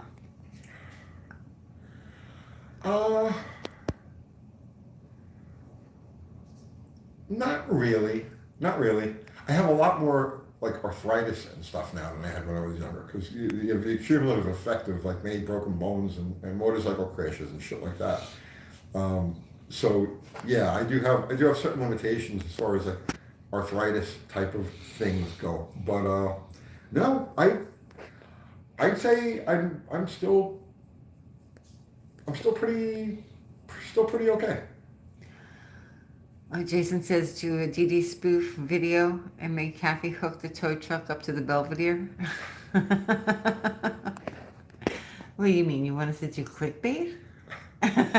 What happened to our clickbait competition? I don't know. Are we doing that? We should. What do you think about it? All right. Yeah. Let's see. Stuff hurts now. Yeah. Oh, what happened to the gold 66 four-door Dart that was in the shop? I sold it to Kim. Okay. Do you think that one day you will hit a brick wall and poof physical ability tanks? Yes. You think that? Yes. Really? Yeah. I think I'm gonna. I will eventually hit a wall. There's no question about that. Why do you think that? Because I'm going strong consistently. So you think you're just going to stop one day? Okay. I do believe that I'm gonna hit a wall. I don't know when that's gonna be. You're going to hit a wall. Hit the wall. What do you mean hit the wall? Hit the wall. You know, it's like you're running, and boof. You know what I mean? Oh, well, you don't know. Let's see. I did a small jump. There was this crossroad on a hill with a big crown. Light was going to change, so I punched it and landed past the stripe for the stop sign across the street. Craig says it happens around 70. 70? I got a good 10 years left. Well, let's see. Rich Knapp has been posting some pics of the good old days on his Instagram, and you were in one. Rich Knapp, you mean from Englishtown? Yeah. Who posted that? Mark Habsbane. Oh, Habsbane. yeah. Yeah, sorry, Mark. I want to see that. How can I see that? Go to Rich Knapp on Instagram. Okay. Can you do that? I can't. I don't. You're not hooked up to Instagram. Yeah, I'm not hooked up to Instagram. Okay. No, we didn't sell Mrs. Landy, the gold one. We have Mrs. Landy. Mark, what was the picture of?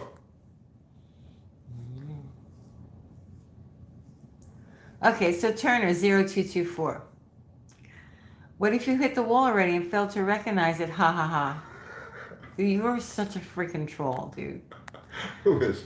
Turner. I woke up yesterday morning and his comment was the first thing that I read before I even had a cup of coffee. That was like the top comments Oh, on the that's what computer. you're talking about? Yeah, Oh. he's a freaking troll. So like you almost totally got deleted because you just like Oh, stop I'm not it. even gonna say what I want to say, but like when you wake up in the morning and like that's the first thing that pops up, you're like, really get a life. I definitely have not hit the wall yet. Get a life. It's coming. It's coming. But He I haven't hopes hit that it you yet. do because I'm not gonna say it. Okay, let's change the subject. Because I'm trying to be nice. All right. Justin says, Tony, is it normal for Mopar 318 pistons to be 125 thousandths down the Yes. hole? Heard of 80, 130 is like the though, general but not number. 125. Yeah. Well, on the 80 is earlier ones. The 9-to-1 compression 67 motors, 60, 67, 68, maybe 69. But all the later ones, all your blue motors are between 125 and 130 down the hole. Okay. No walls, no horsepower ceilings. Let's see. Jerry's top end boomer. So you're gonna go on Instagram. What is it, Rich Nap? You didn't say which picture it was. Well, Mark, what was it a picture of? Turner fires Kathy up and Tony cools her down. She hates the trolls. No, I saved his comment. Troll. I saved his comment. Kim Fixes things says UTG sold me junk and cheated me. Hashtag clickbait challenge. Hilarious.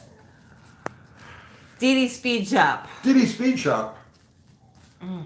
I saved that comment, that's for the troll video that we're gonna do, like Dee Dee's troll video, except our trolls are We got great trolls. We got great trolls. I salute my Different. trolls. pan away. Okay, let's look at Blue Thunder. She's a beautiful bike. Yeah, it's Dee Dee Speed Shop. I think my blood pressure's up. Oh, stop. It is. Let's see. When's the bike getting an engine? Tony's not touching my bike. I love you, Tony, but not touching the bike. Nice No, I shade would- of blue. It is a pretty blue. I wouldn't mess with that. It really is. We're not going to change it at all. It looks great parked next to the Super Cup. Oh, yeah. The dogs are barking, I know. Let's see. Are you done yet? Yeah. Okay, bike needs a bell. I know. And a basket. And a basket, yeah. Tony, what's the fastest you've ever been in a factory Hemi car? And a factory Hemi car, not very fast. What is the fastest I've ever been in a factory Hemi car? Probably that Daytona. They really weren't fast. Yeah. I did a drag test on a Hemi Daytona in like 1986. And I think we're at like 1340 or 1350 with it. It's in Mopar Action magazine. But no, factory Hemi cars were not very fast. Tony wants to eat noodles on Blue Thunder. You're not getting noodles all over Blue Thunder. I could tell you, point blank, without any question, that the 72, and I'm just going to pick one car out of a bunch, but the 72 400 4-speed Roadrunner will run and hide from any factory, and I don't mean factory superstock car, but I mean any regular production B-body Hemi car. That 400 4-speed Roadrunner would have run away and hid from it. Let's see. Ramen BMX.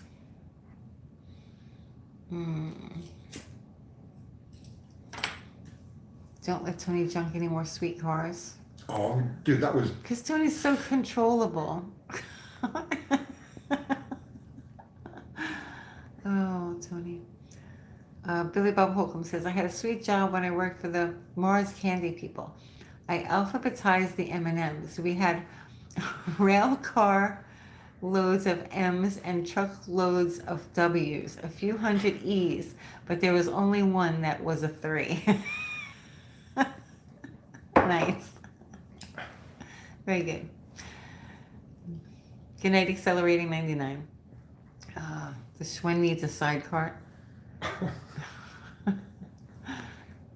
So I can ride you around when you hit the wall. When I hit the wall. Right? You and the dogs. Put you in the sidecar.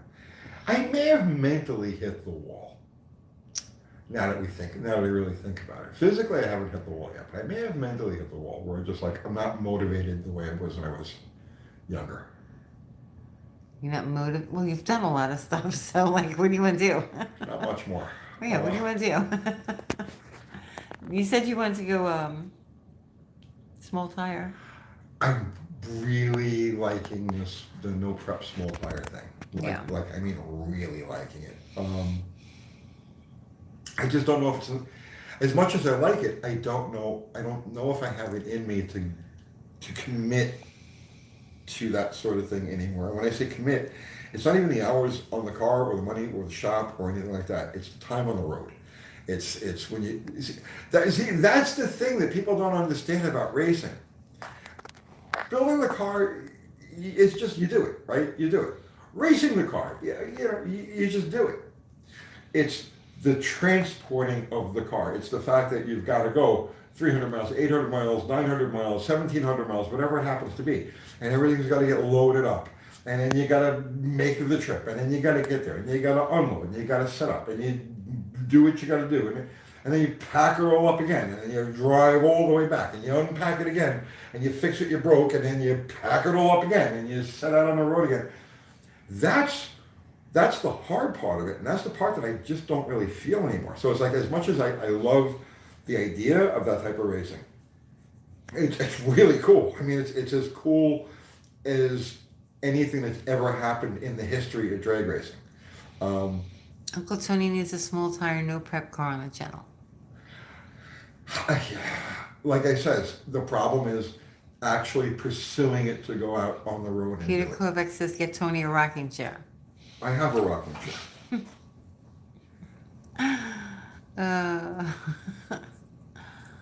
You've got to be seriously committed to want to do that, and I don't know if I don't know if I have it in me to seriously commit to that kind of thing anymore. Ever owned an e-body? A few. It was great to be young and insane, William Kavanaugh says.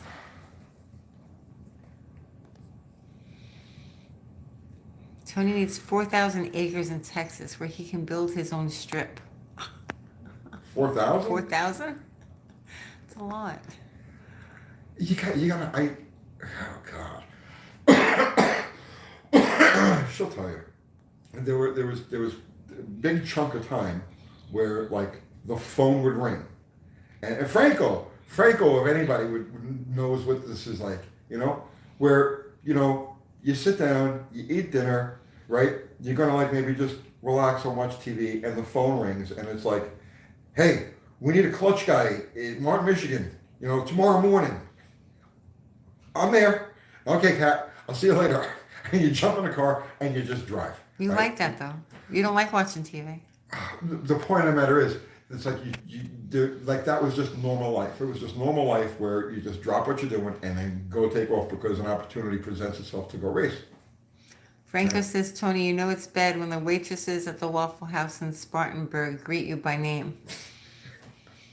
It's the truth. There was a lot of places where you run local track. You run the same track a few times a year, and you go to the same places to eat, and they treat you like a local. They think of you as a local. You don't really live 800 miles away.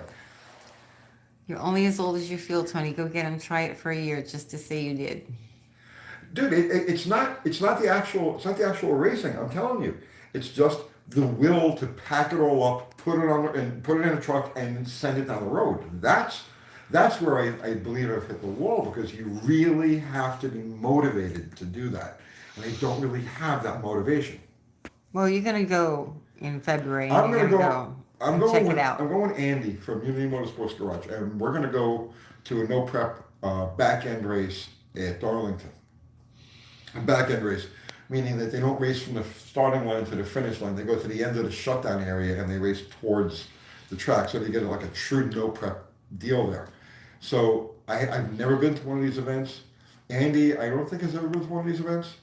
But we're gonna go together in December, or not December, in February.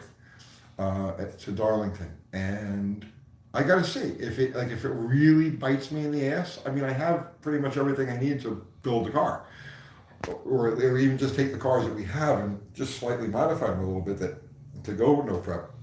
I got to see how I feel. You okay? You get agita? I got agita. I got to see it being Indian today. You okay? I got to see how I feel about it. Are you hitting the wall? After we go. Are you hitting the wall? I'm hitting the wall. I think Turner said you hit the wall Turner already. said hit the wall. That was it. If we're hitting the wall, comes in the form of agita.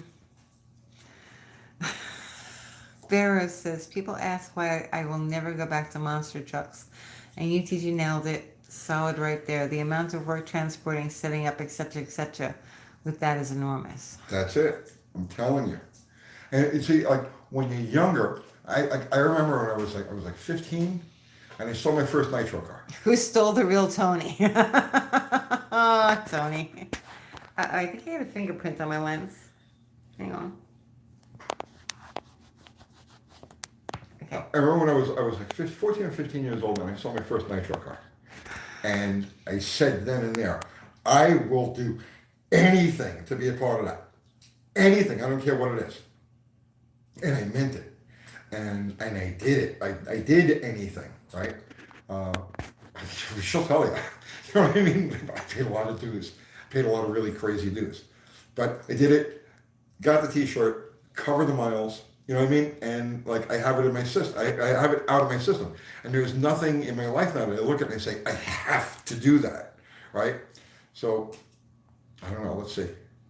James Laurenti says, dig or die at Darlington. Dig or die. That's the one. So yeah, I'm gonna go to my first no prep race, and let's see if it motivates me. You love it. You've been watching it here at the house. I've been watching it. You sat there with the stopwatch. Yeah. You've been watching it. Clocking the cars with the stopwatch. You know. You're into it. Which is an interesting experience. Have you ever watched those races? Now these are legit, like, you know, they're legit low 6 second, high 5 second, 1/8 mile cars. But on these surfaces, especially in the early rounds when the thing is really unprepped, you know, these extremely fast cars are going extremely slow. And you actually have a pretty good chance with like a low 7, high 6 second car. So, and I'm clocking all of these races, and you know, well, this should be a solid 5, and it's like an 850. Like, oh God, I mean, I can run that. Chris Greenaway says Tony can't be an armchair quarterback anymore. You're not allowed to talk about cars anymore. Why not? I don't know. May Muscle says no prep cars can run in the forest. Tony, check out Street Racing Channel. Yeah, they can under ideal circumstances. But those ideal circumstances don't always exist, especially in the early rounds of a no prep race. Well, you talked about you would have to make a whole rebuild the cars and stuff like that if you were going to do it. Okay. Chase says, what is your opinion on drag racing in today's age? Do you feel it's lost sight of what it was really about back when gas classes were, how it worked, where most built engines in their backyards? Well, what we're talking about right now is exactly that. That's exactly that, you know? Yeah, drag racing, by the time I got involved in drag racing full time in the 80s, it was gone. It was over, right? And like I felt like I was part of the circus as the circus was like packing up to go home. You know, like they're taking the tent down as we're trying to put on a show, right? That's legitimately what the experience was like in the 80s and the 90s. Because it was just getting further and further and further away from what, in my mind, drag racing was supposed to be, you know, like what it represented.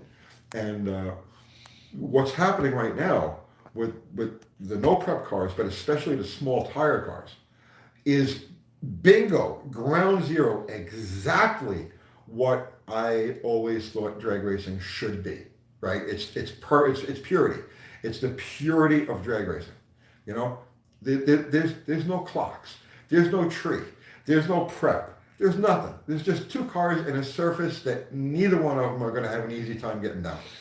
That to me is what drag racing is about. May Muscle says, when you get into the finals, you got to have 4 second power. The trip isn't worth it. You're talking about for a small tire car? Because I don't believe that. Franco says, Tony, I started by helping people like Malcolm Durham and Paul Wrongway Radici. Oh, yeah. Floyd Ross says, I love those fast cars. Those are expensive. That's super expensive. Yeah. Fast That's racing out is of cool. our... Fast racing is very cool, very cool. But, I mean, you're talking serious loot to build one of those cars.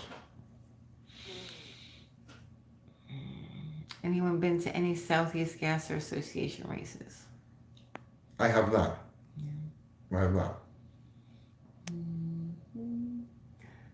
Mate says, absolutely small tire cars run fours. Yes, under optimum circumstances, they'll run fours. They're not going to run fours on the back half of one of these tracks. It ain't going to happen.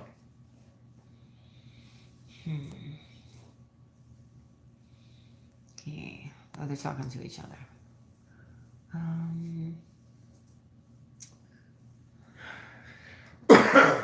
Here's the thing. You go out there with a 4-second car, you go out there with a 6-second car.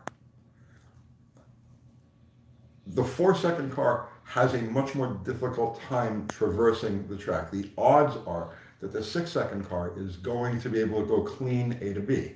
The 4-second car, in all likelihood, is going to have periods during that run where traction is broken, where things don't go the way they're supposed to go. The difference between a 4-second car and a 6-second car is 2 seconds. When you have to pedal, when you're just skating your way through there, that goes away real quick. The advantage goes away real quick. Floyd Gross says, I was wondering how to set up suspension on those fast cars. So, Dave Dudek, I got into I did a podcast with Dave Dudek. I don't think it's up anymore. It's probably not up anymore. Yeah. But I did like a 2-hour-long podcast with Dave Dudek. And we were talking about the nuts and bolts of his Hemi Roadrunners, his 9-second car on 7-inch tires, which is just unbelievable, right? So I was picking his brain for this whole podcast, and I learned so much from him.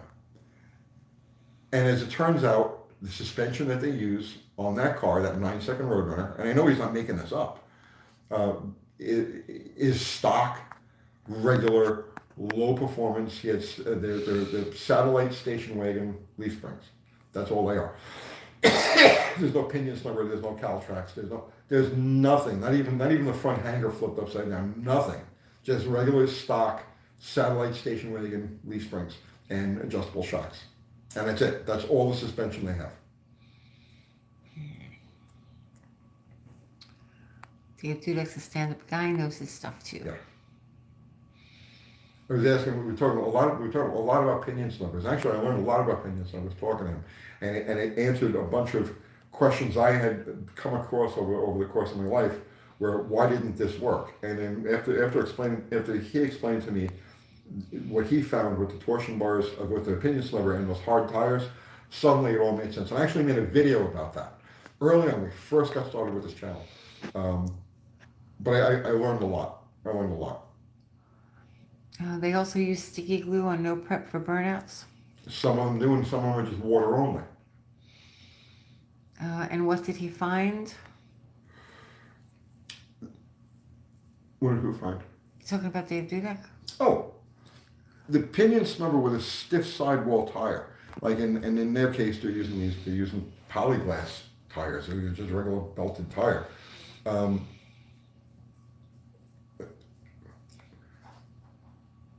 A hard sidewall tire, like a drag radial, or what they're using, doesn't work with a pinion snubber, because what happens is the pinion snubber pushes the tire down into the ground, but the sidewall of the tire is so springy that it jumps the tire back up again, and that's where it breaks traction.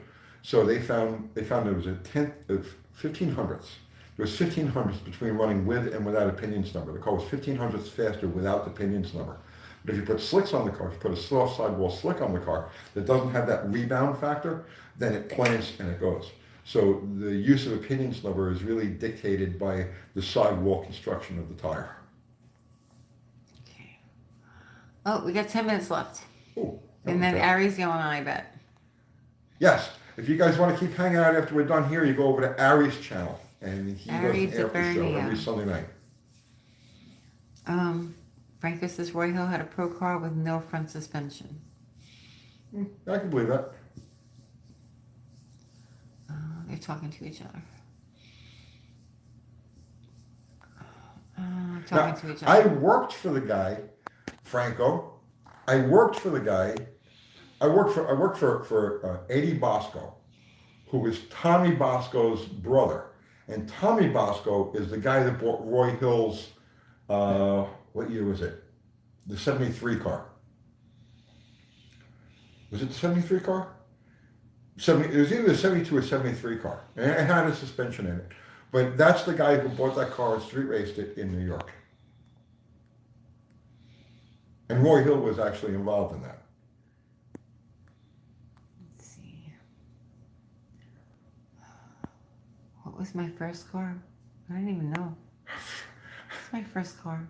The first thing he drove was that big black Coronet. Yeah, the Coronet. I would count that as my first car. Yeah.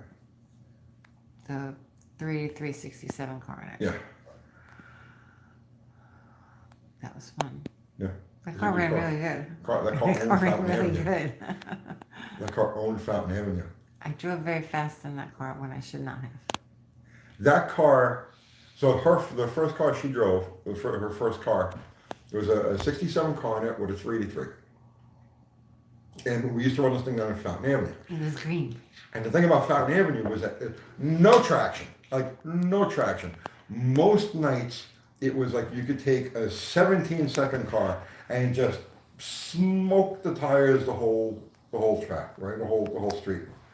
So I built that car. I set that car up specifically for Fountain Avenue.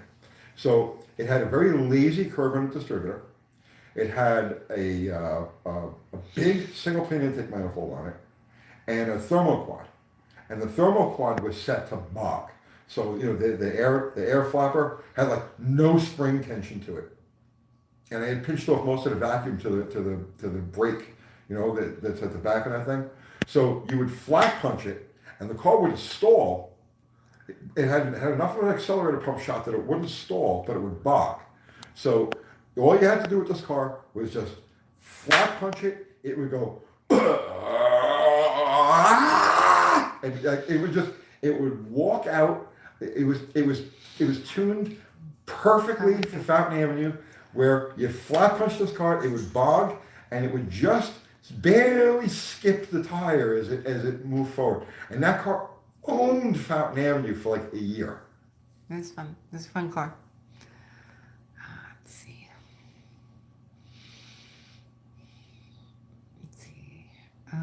I have a bad feeling about modern cars. Feels like car culture is dying out, and I hope it's not. No, take a look at how many car channels are on YouTube. Take a look at how many views they get. Car culture is anything but dying. It's changing, but it's definitely not dying. What happened to that car, the Coronet? Who knows? Who knows? We sold it. There's so many cars. It didn't get junked. We sold it. Yeah, it got sold, but I have no idea to who or for how much. Probably Tony D'Agostino. Probably. He would buy everything from us. Probably went to Tony D'Agostino for real. We used to call him the Bank of D'Agostino. Yeah. So Tony D'Agostino, if you guys are familiar with graveyard cars, Tony D'Agostino is the guy who's like he's like the consultant. Okay, he runs a business called Tony's Mopar Parts.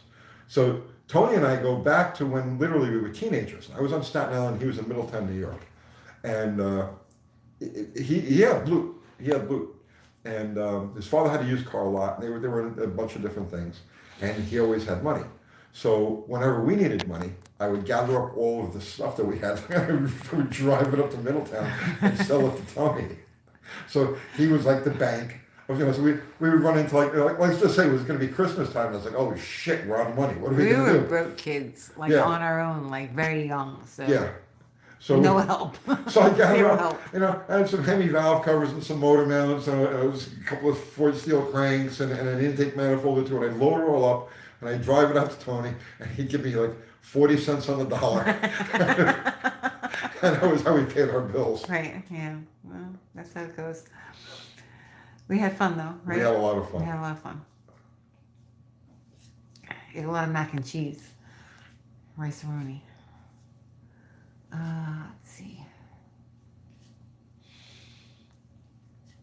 How's the weather in your neighborhood? -30 Celsius here for the next week. Dan Didi Speed Shop will feel my pain. We're not far apart. It's not bad here now, but it's supposed to get really cold over the next few days. Well, really cold for us is like 16. Yeah, well, that's Yeah. really cold. Yeah. Tony, I sent you an email about a cheap and simple way to help guys at home pointing heads. It's redneck, but could help some guys. You know, honestly, we've been so busy. I have not been in the email. Uncle Crystal has been in the email. I'll check it. Yeah, I don't. Yeah, Tony I doesn't don't. check the email. I don't check messages. I don't check emails. I don't even look at my phone anymore. I'm just kind of to that point. I just. Dan was catching flack about their faux bra. Their faux bra? I didn't see it. I didn't see it either. A lot of these overhauling guys would not have done as well in the 70s. Timing is everything. Cobra faux bra. Cobra is Cobra? I don't know. Well, I'll have to. We'll have to watch it. Yeah. Yeah, we're behind. Let's see. Tony, would a station wagon be good at no prep as the extra weight in the roof for more weight transfer? Yeah, it would definitely be an advantage. Although a lot of guys run pickup trucks, but you see a lot of guys run without front clips either. And what's really interesting, what I think is really neat about the no prep thing, is you see a lot of early 1960s technology, like a lot of gasser technology, finding its way into the whole no prep thing, where the cars are built with a very high front suspension, and they're built with a very loose front suspension. So not only do they start nose up, but once everything is moving forward, they're up like this. They're up. They look like 1960s gassers going down the track. So like the technology has come like full circle. Let's see. Sorry, too many beers. Let's see. A faux bra is an AC Cobra kit car.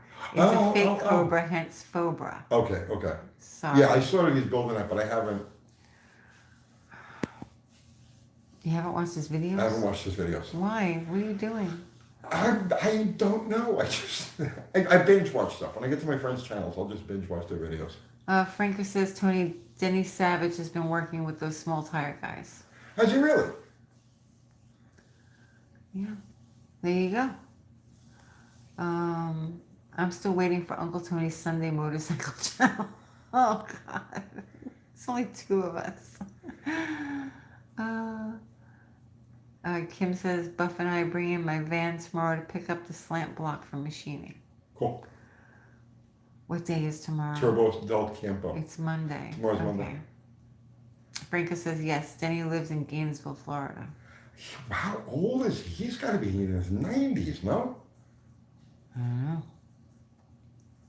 don't know. Well, Franco would know. Franco would know, yeah, I don't know. Let's see what Franco says. High 70s. See, so you got no excuse. You can't be like, oh, I don't want to go. I really just need to catch a second wind. I think that, yeah, you need second wind. Yeah. So Franco says high 70s. So you're not even. This guy's got 20 years on you. I may just need a second wind. Denny is like Poldy.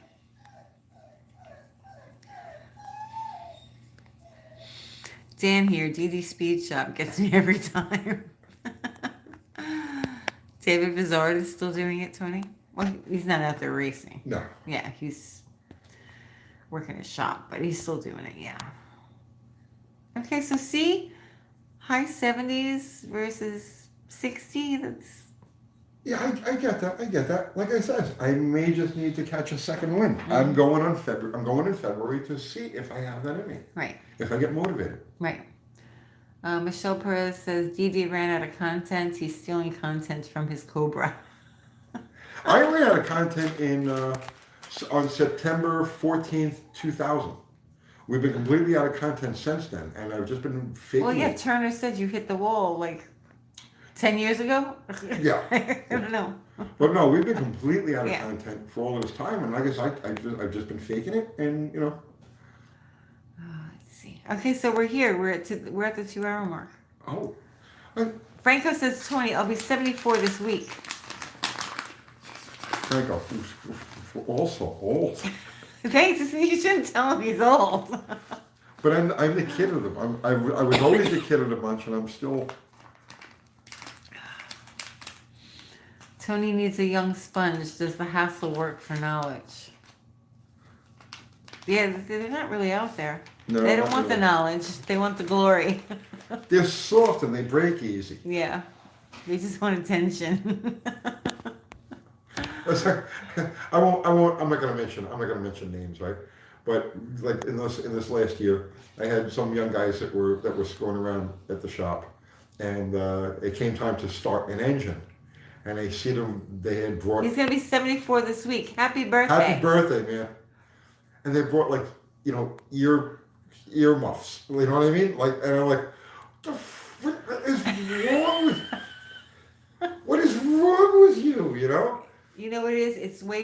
It's too far past the brutality of World War II. Like those guys, they didn't need earplugs. This wasn't allowed to them. That's the difference. Or I saw the comments on a welding video, and he's like, he's welding without gloves. Oh my god! I've been welding for 40-something years. I've never in my life considered wearing gloves when I'm welding. Oh, Crash's Roadrunner Girl says just turned 60 yesterday, but he's making like the big eyes. You're good. You're good. You're 60's good, man. great. You're good. Todd Daniel, 52 going on 102. The car thing keeps you young. It does. The car, it really does keep you young. Ari says I get so pissed at the other guys that wear face shields and respirators. Nonsense. Oh, please. Oh, funny. A lot of people are just too freaking soft. Fast Thing says if you want to go deaf, don't wear earplugs. Well, yeah, but like we're much cooler than everybody else. I literally spent half my life around nitro cars. Okay? I have no hearing. Oh, maybe I have a little hearing loss. We have hearing loss. We Maybe I have a little definitely hearing loss, okay? have hearing loss. I'm like, what? But I hear enough to get by. No, we definitely have hearing loss. We're in the car, and I'm like, can you speak up?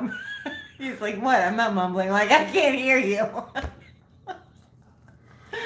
I used to light off the fuel card at home in the garage with the door closed because it's winter. You know what I'm saying? It's like it was like 8 degrees outside, and it's like it's snowing and shit. And I do something on the car, and I want to light it off.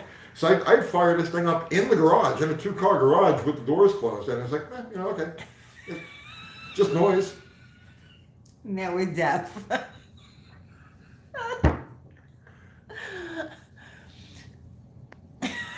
You know, I can't hear anything if there's background noise.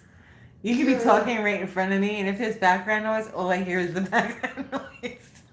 But I hear enough to get by. I'm fine. Hope Tony doesn't become a Karen, not looking good. You Karen? Oh God. Oh my goodness. Too funny. It's alright. We can hear some. This is not hearing protection advice. No. Franco says Jake Crimmins and Pat Mouse Walsh both wear 2 hearing aids. It's not funny, Tony. But it's funny at the same time.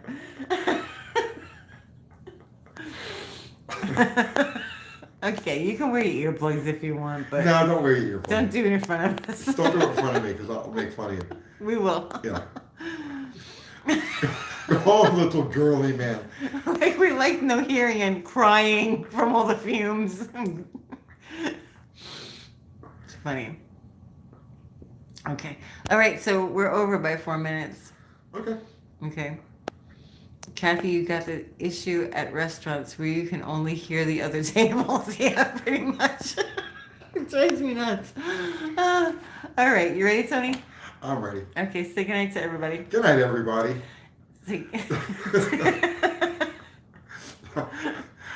Harry Fubar Zero, guys, thank you so much. Your Christmas stuff is on its way. Yeah.